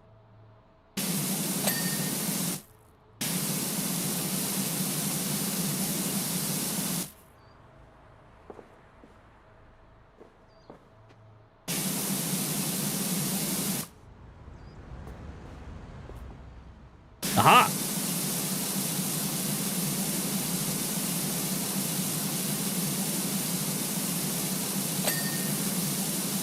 Spider's a very important character, yeah. You kind of need Spider for that story to make sense.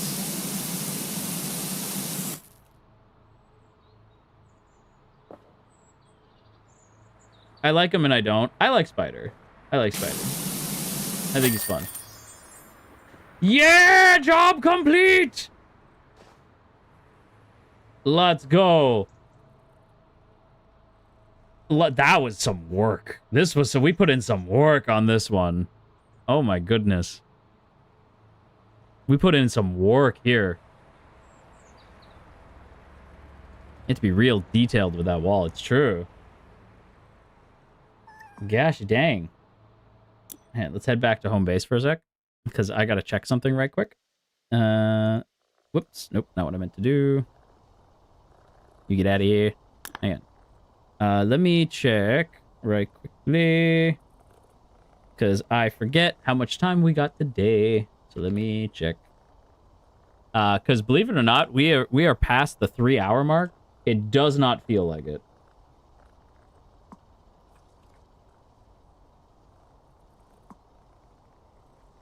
Okay, we got a little bit of time left. Yeah.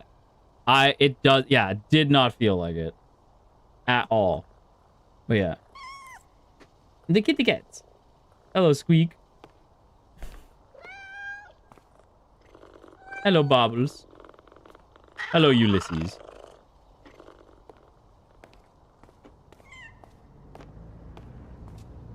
We have furniture unlocked. We can get furniture. The furniture catalog. Oh my. Oh, look at all this. Ooh. But actually, hang on. Actually, though, I want to upgrade how much... I want to upgrade how much... not cosmetics. I want to upgrade our washer.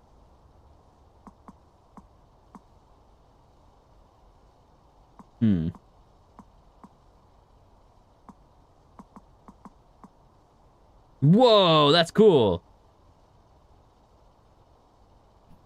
Kitties, I'm saying. What do you mean 3 hours? I know. Ideal for washing flat surfaces at short range. This surface cleaner cuts through all dirt effortlessly. But I wanna upgrade what we already have. I don't necessarily want to buy something new.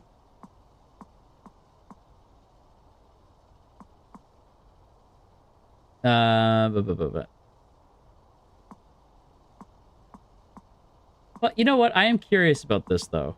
I'll get this, because I'm curious about it. Whoa!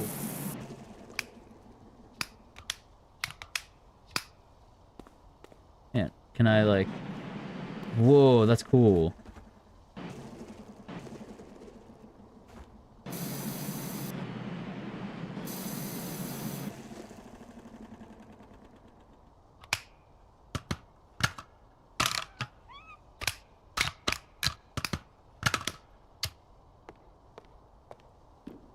I want to try it. Hey, God dang it! Now, hang on. I was like, we don't have time to do another one, but I need another one. I need to. We're running out of time, but I need it. I need it. Oh, Kaylin, hello, my good boy. Hello, dog.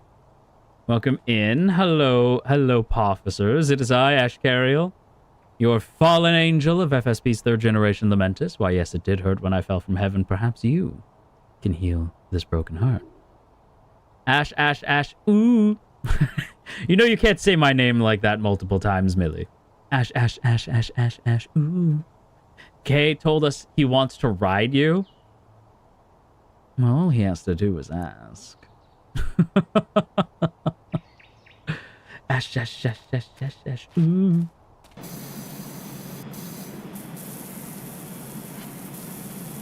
Well, that's because he's a very good boy. All he has to do is ask. He knows this.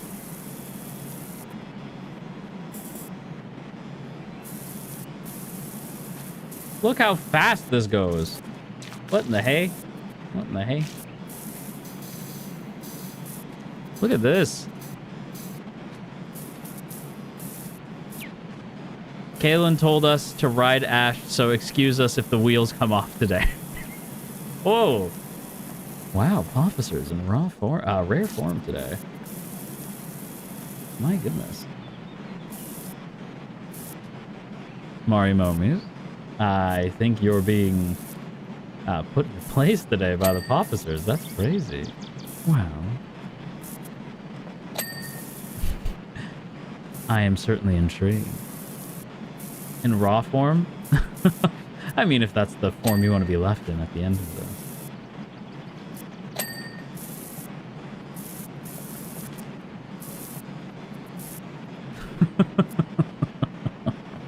I was gonna say, officers, don't you test me.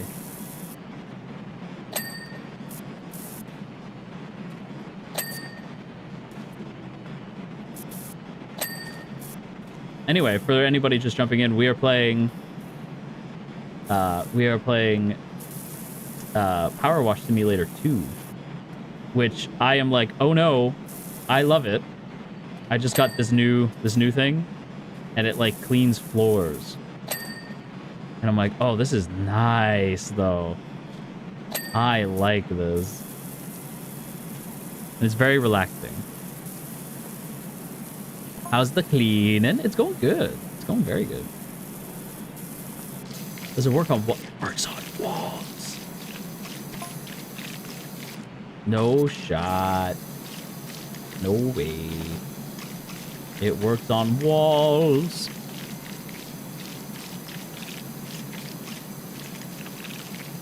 We're just cute puppies. Be nice to us. You're just cute puppies. You just came in here and told me you wanted to ride me till the wheels came off. What? Like, that's what officers literally came in and were like, we're going to ride you till the wheels come off. And now, rising pop star sensation Potachif is like, well, actually... well, you see, actually, what had happened was...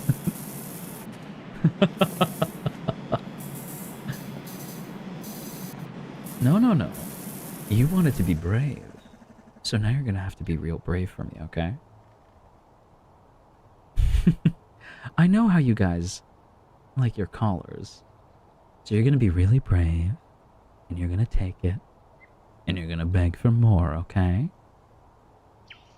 That's a good officer.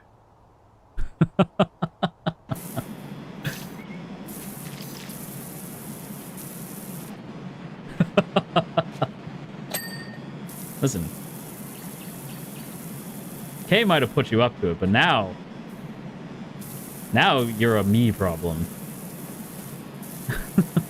Now you're in my space. Officers get in line. That's great. Marimomie's are like, nah.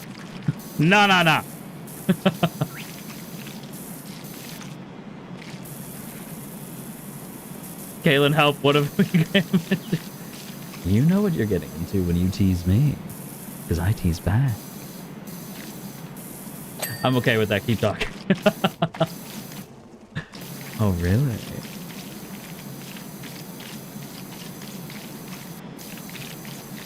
Okay, help. Oh, rising pop star sensation Potachi. Post that. He can't help you.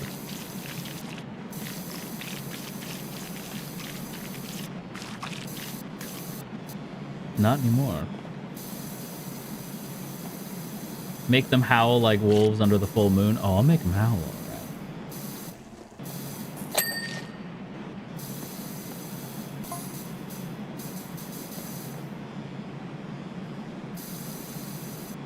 Also, thank you for the surprise.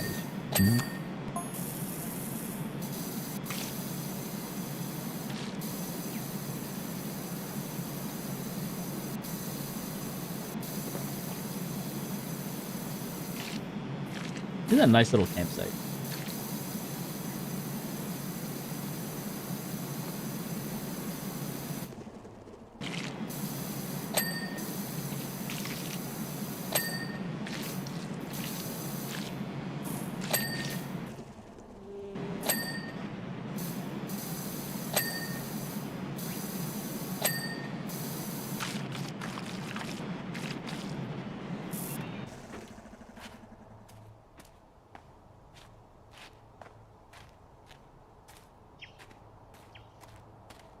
Okay. It's already looking better than it was. But we're gonna switch.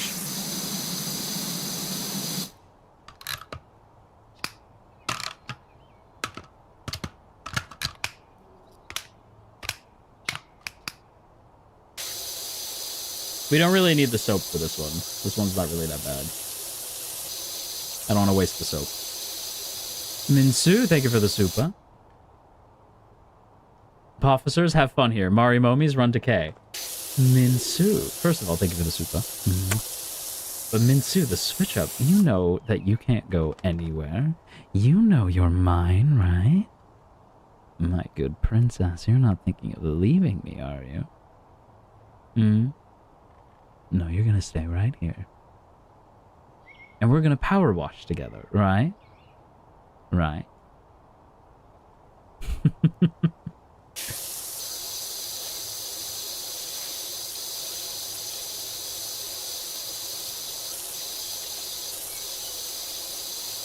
Minsu, I am pointing and laughing.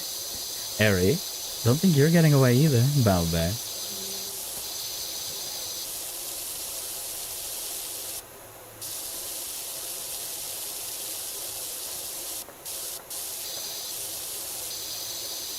I'm a Marimomie now. I'm sad. Oh my.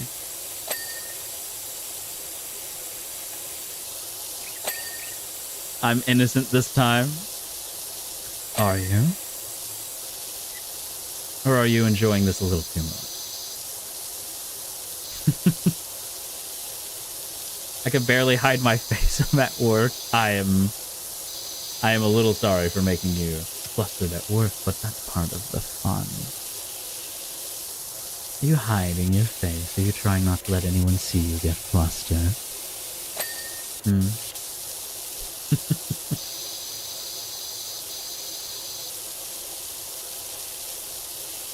I just got here. What's going on? Tommy, hello. The officers came in talking a very big game.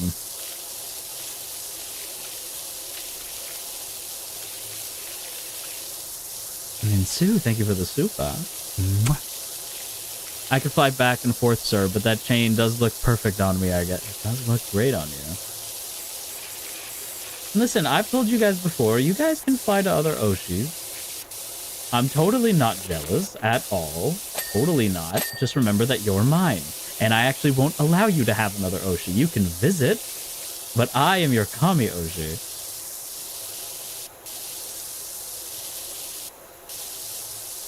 As the great Tommen once said, no other Oshis, just me. You're mine, and I don't like to share it.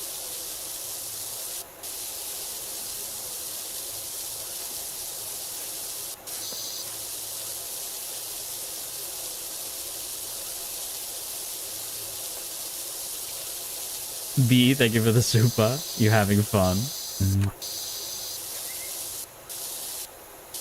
What if I want to be shared? Oh, I know some of you do.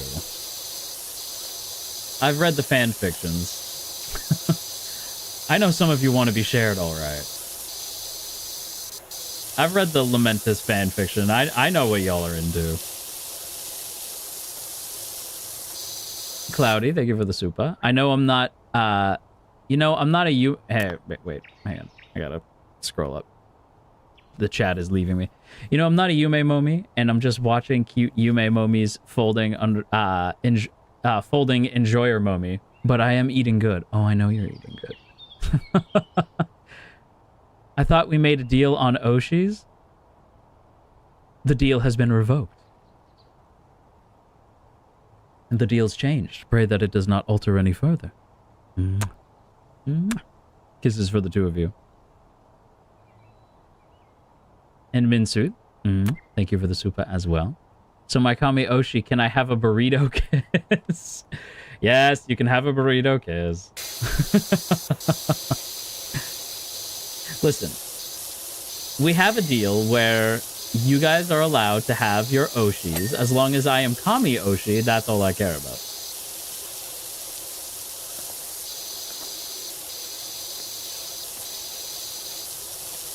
And I don't want to hear about it.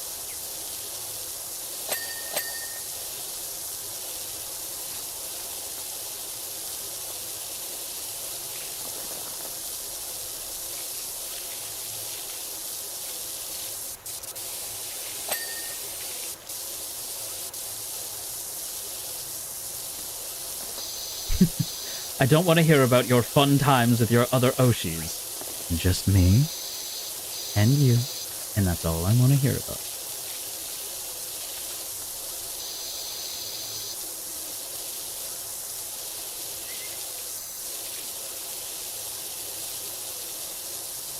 First stream with Ash, I have sat down and I am not leaving. What a good girl. Millie.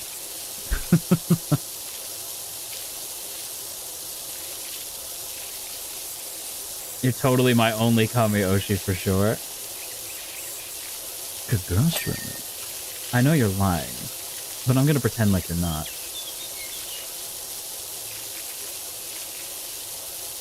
Kami Oshi and FSP, if that's okay. I'll take it. That's still very high praise. You gotta keep in mind. The FSP boys are very talented.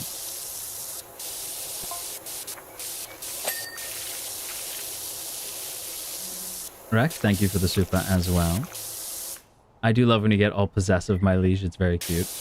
I know. I know you all do. I'll always come back to you, dearest God, and you know it. Oh, I know.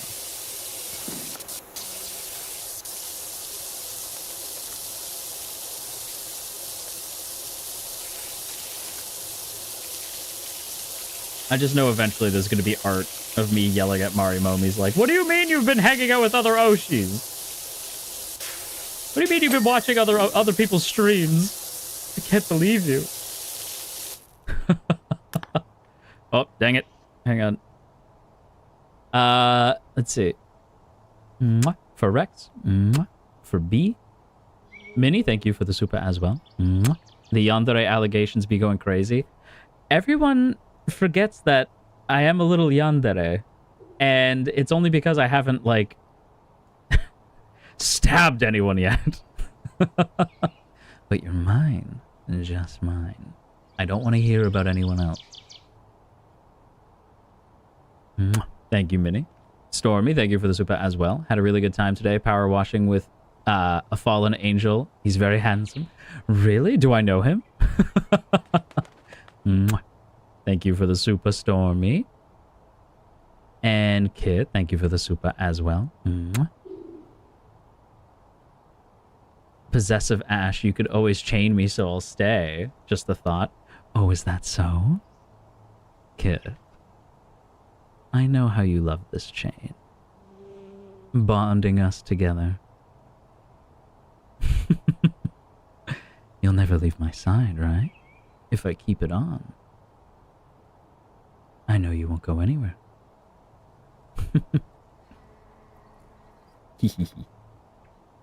Yeah. Wild, thank you for the super. Mwah. Hey, by the way, can we negotiate the pineapple pizza thing? No. No, we cannot. We've been over this.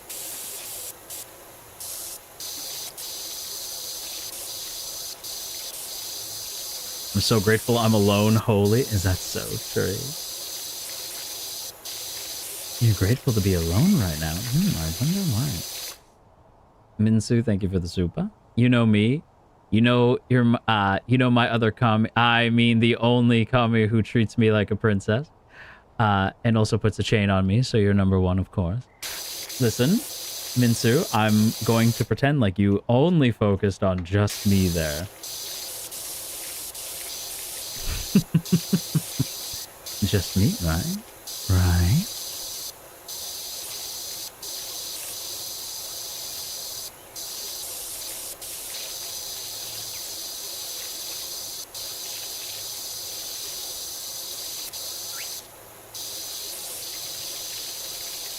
I'm with Wild. Incorrect. Oh, I'm lagging something fierce there. That's not good. Incorrect. Uh-oh. The lag is real. Come back to us. Oh no. Power washing so hard that the lag kicked in. Brutal. Did you see that? That was crazy. Faye, thank you for the super. Mwah. I adore celestials and fiends too much to not kami you. Thank you. Lag Cariel. It's true. I think it's when I'm power washing. It gets a little laggy.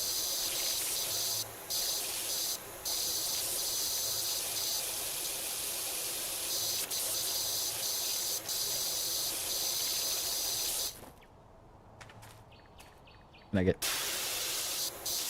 Even this must be power washed? My goodness. We're out here power washing everything.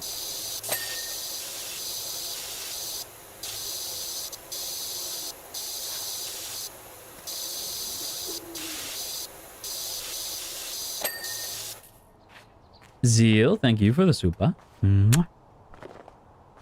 I'll never forget about you being yandere, because my longest fan fiction is about just that, about the way you stole me from my previous comic. I stole you? I didn't steal anybody. You all come to me.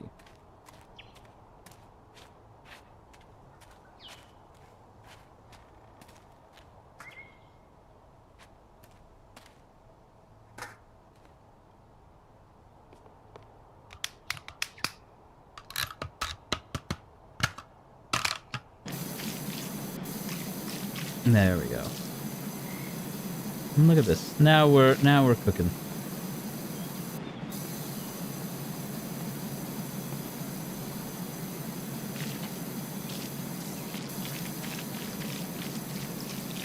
Gotta go now. Thanks for stream, Ash, on my birthday. What, Suki? It's your birthday. Suki, you know we gotta sing happy birthday now. You know you gotta get a happy birthday song. Before you go, happy birthday to you. Happy birthday to you. Happy birthday, dear Suki. Happy birthday to you. Marimomies, wish them a happy birthday.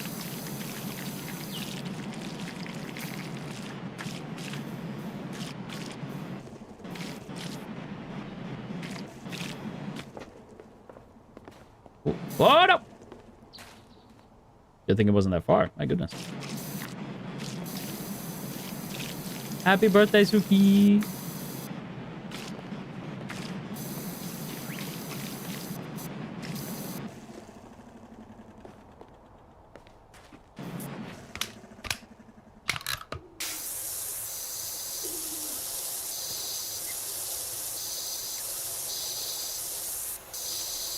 Oh, I didn't realize how bad the back of this was. You know what? Hang on. I have an idea.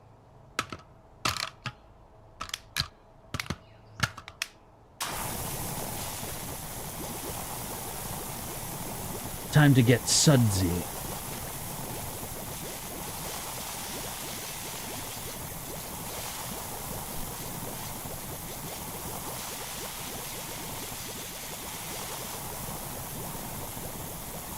There we go.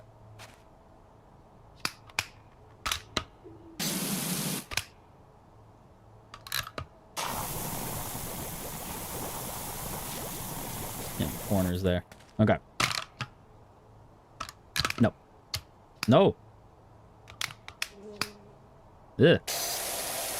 There's like a fly that keeps showing up. That'd be crazy. Oh, bye-bye, Airy. Headache's killing me. Might take a hot bath. Take a hot bath, Airy. Go relax. And I hope you feel better soon, okay, bye-bye? Rest up, alright?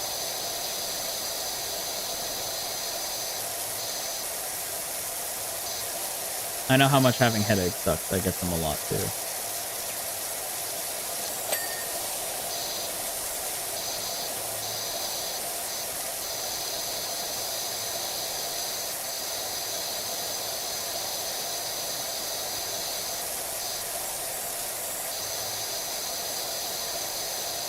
Oh, this is looking much better. I'm telling you, soap makes it easy because it just takes all the grime right off instead of just using the power washer.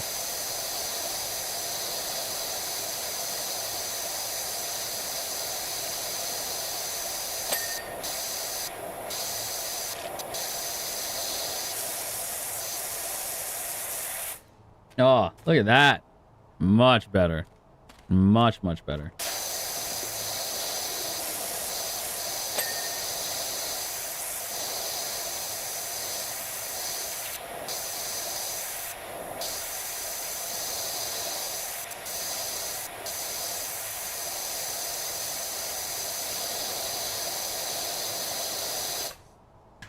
change the direction so it's the wipey one.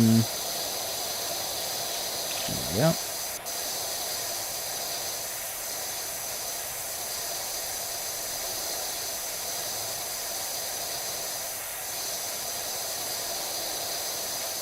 Minsu and Eri taking a bath? What is happening? In front of my salad? That's crazy.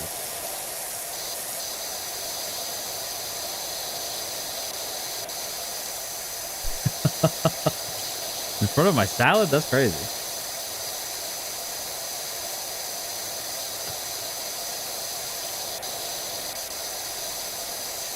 Want to join, Angel? Hell yeah, let's go.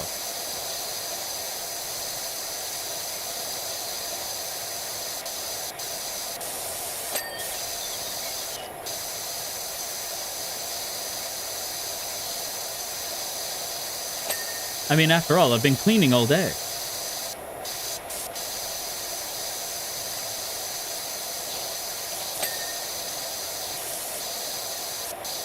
Hell yeah, brother. Hell yeah, brother.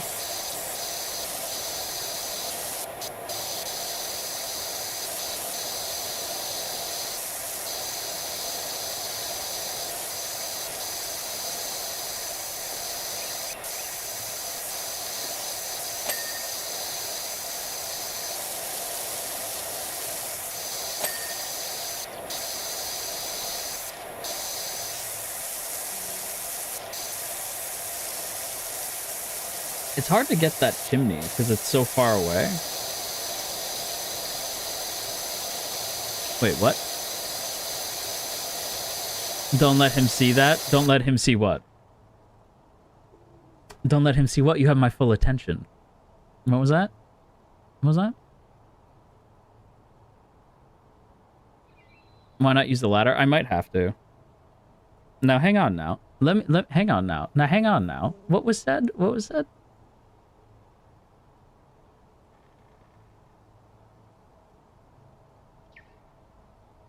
I mean, I can clean you up. Is that so? Yeah? Minsu, you feeling brave?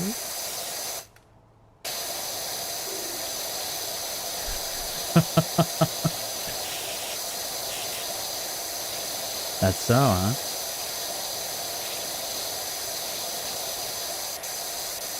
Marimomie's getting very brave lately. All of you have been. Don't forget your plate. I'm the one who's meant to please you. You remember that, right?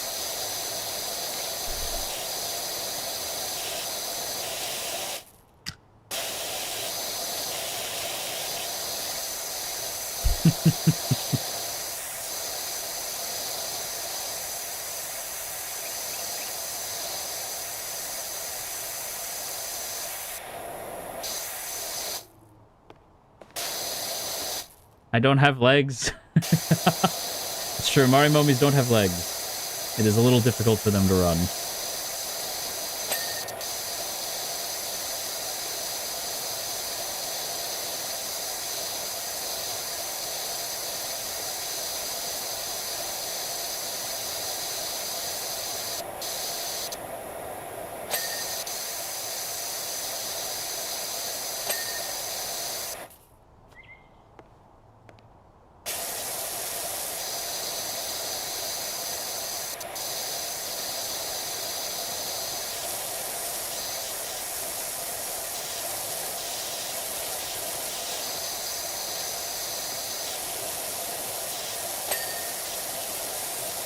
Alright.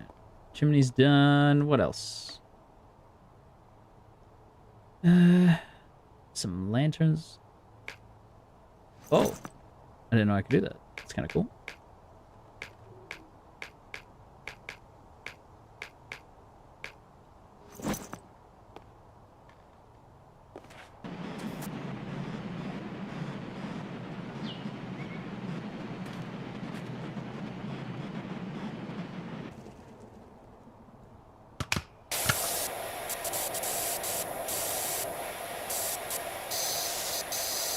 This is a nice little campsite.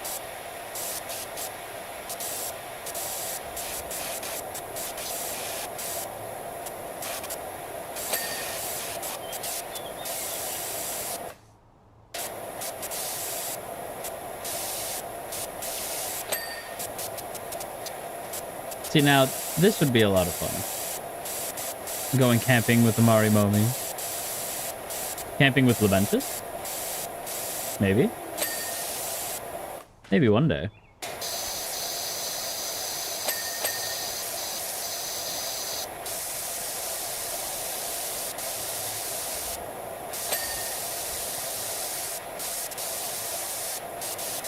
There's so many ideas that like Lamentus has for content. I know Lilo still wants to do the sleepover idea, and I know a lot of the Lamentites. What did we call you? Lamenterns? I don't know. I've given up on the name. Whatever the boys want to call you this week. Yeah, I know all of you would like the sleepover idea. I just feel like Lilo will drive us insane before long. Lilo will be like, we're gonna do this game now. We'll be like, let us sleep. So funny.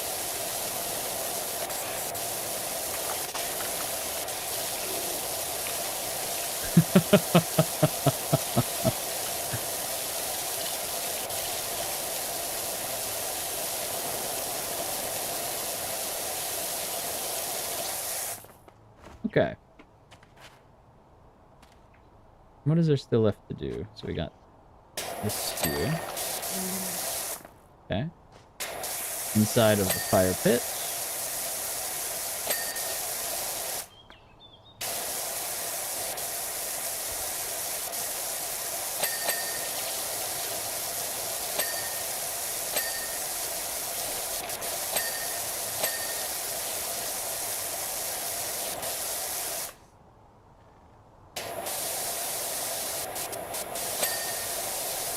There we go. Fire pit kettle. Some bits of the barbecue here.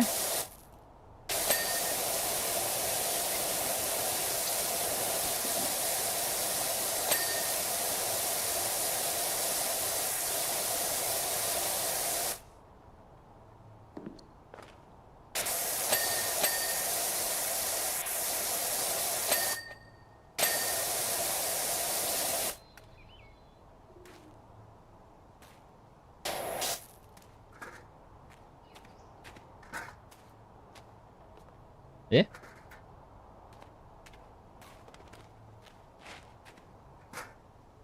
Yeah.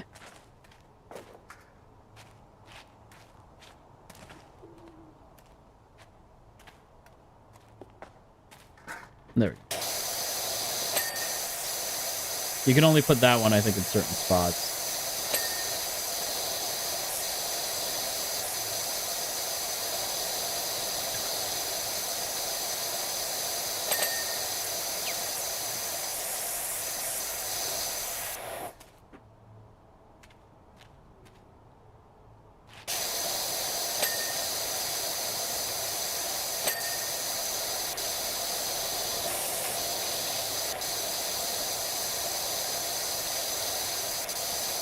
There we go. We're starting to get this nice and clean here.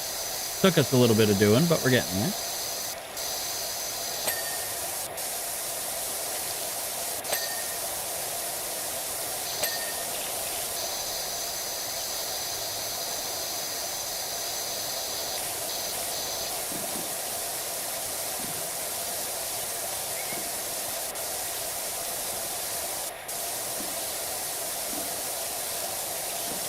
Oh, this is the best. I love watching it just disappear. It's perfect.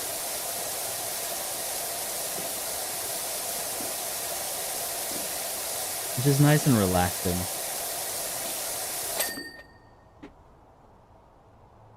Okay, what's left? Chair, lantern, stepping stone. Chair.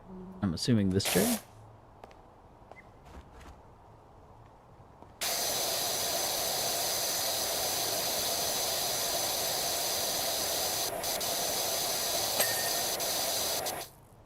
All right.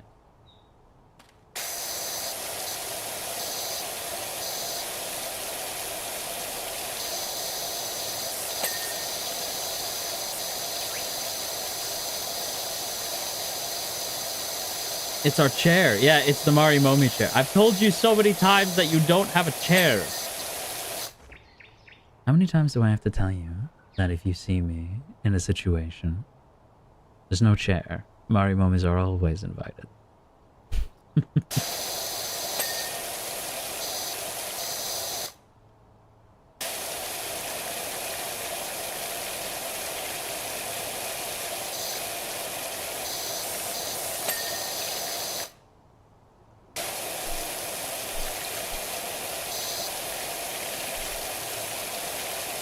Your lap is the chair. Exactly.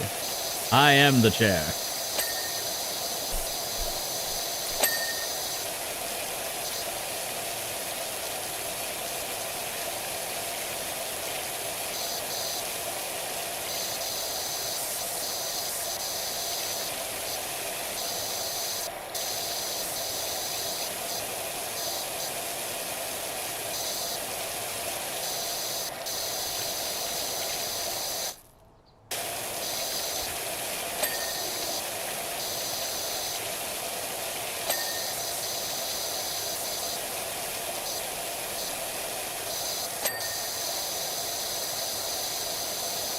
Whoop. Still pretty messy on this side over here.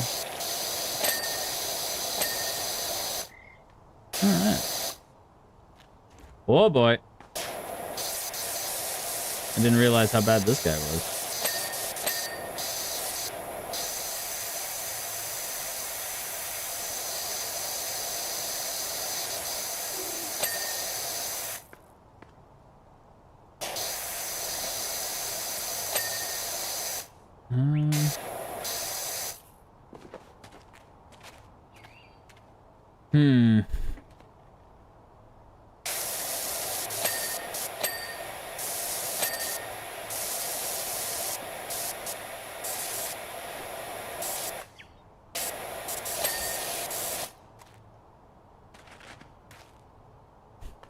What are you? Let's see.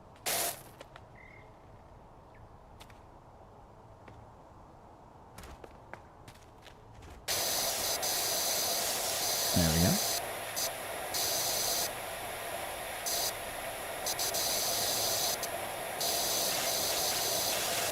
Does this game have different size maps? I'm pretty sure.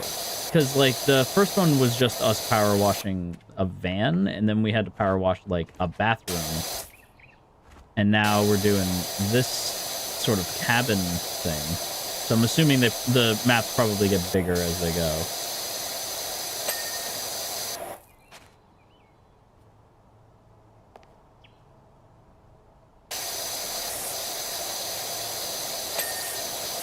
It's my assumption.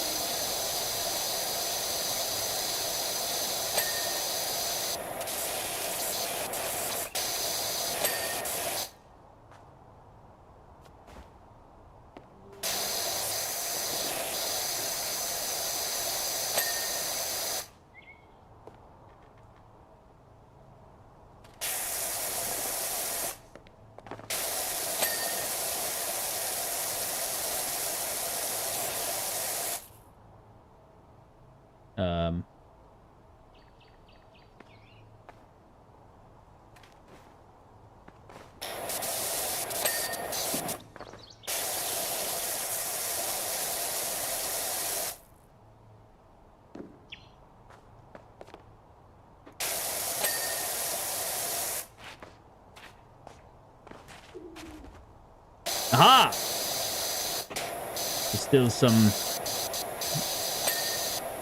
stuff over here. Over here.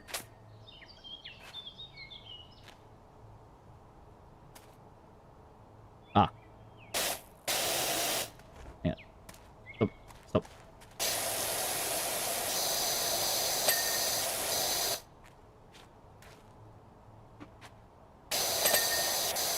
There we go. Let's see. Cabin base corner block. Cabin base corner block. And then cabin base corner. Ah, here we go. complete. Let's go. Let's go. Look at this. We went to town here. Look at all this. My goodness. We did it, Marimomies. We did it. Look at us go. Look at us go. Heck yeah. Return to base. It's so satisfying. It is so... I love that they show you the recap. Yeah, the recap is great. I am a big, big fan of that.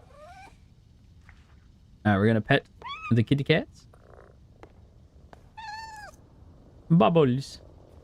And Ulysses. Hello. All right. And I think we'll probably call that here. So I'm going to switch us over to... you know what? I'm going to switch us over to this screen real quick. So... So, how are we feeling? Did we enjoy our power washing simulator today? Are we gonna make sure that we're nice and clean? We're not gonna be dirty anymore. No. I was drinking water, Ash. Oh, I'm sorry. I'm just trying to make sure that you all know that you have to behave.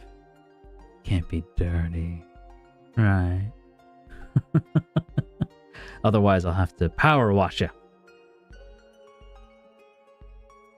I'm very glad I was able to watch the whole stream this time. I'm glad. I'm glad.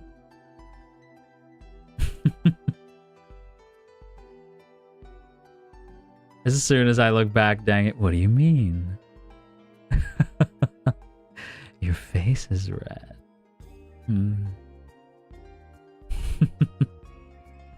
You're a little too close. I'm a little too close. And what will you do if I got even closer?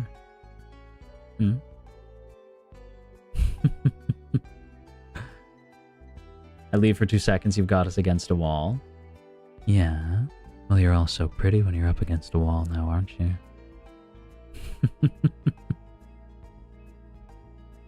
I'm in public, please, mercy. No. No, none of that. No mercy here. You'll bite. Maybe I want you to. You're totally tanking this, are you? Well, aren't you a good Marimomie, Trinity? You keep being good, and you take it, okay?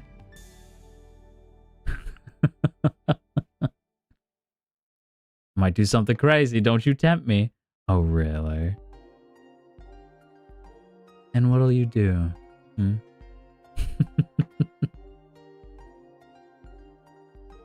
What will you do? You tank those? You tank those, do you? Mercy? No, I don't think so. Void, thank you for the super. Mwah. Thanks for being background noise while I work on my dissertation, my lord. I am happy to be the background noise to help you calm down as you work on something important. Always happy to be there for you. I'm gonna make you go insane? You're gonna make me go insane? Ooh, I'd love to see you back that up. Keeping my dark side away for so long, but it's tempting. Your dark side, Kit. Well, I'd love to see it. Wouldn't we love to see that, Marimomies? I think we'd love to see that. You can feel your cheeks burning. Oh, soul. So cute. Speaking of cute, hello, Pash. My very cute girl, how are you?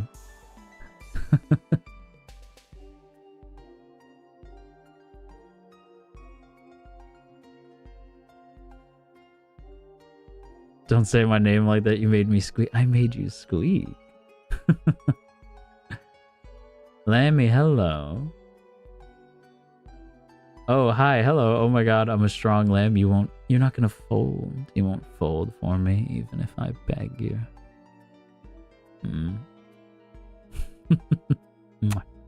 Thank you for the super. Dear God, the oomps want you to call us baby. Am I a little close, baby? I can get closer.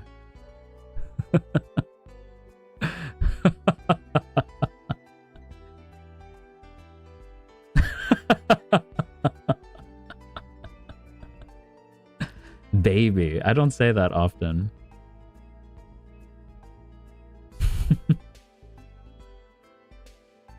That felt targeted. Oh my goodness. Well, Marimomies, I hate to say it, but it is about that time, so I do have to let you go. But we can see if we can't redirect you over to somebody fun. I won't be able to sleep at this point. Ice, I'm so sorry. Forgive me. Oh, it would appear that Gale's on.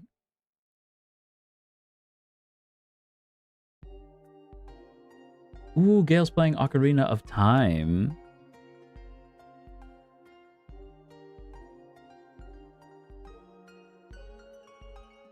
Wait, what? SmackDown's on. Is SmackDown on right now? Oh right, oh yes, because they're in Saudi right now.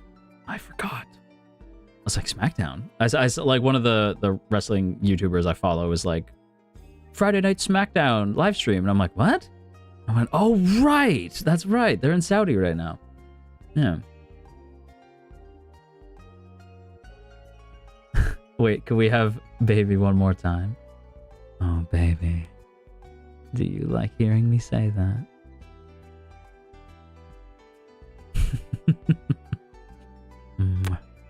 Thanks for the super kit. Thanks, baby. Learning a lot about the Marimomies.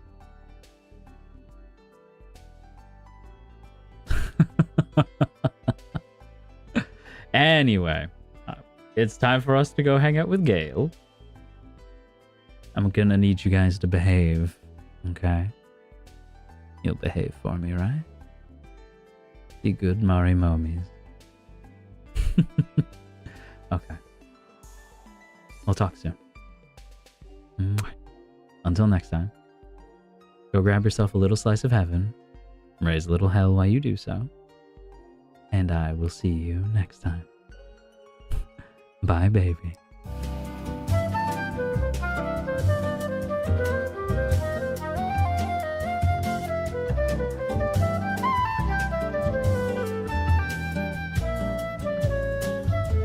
Gotcha.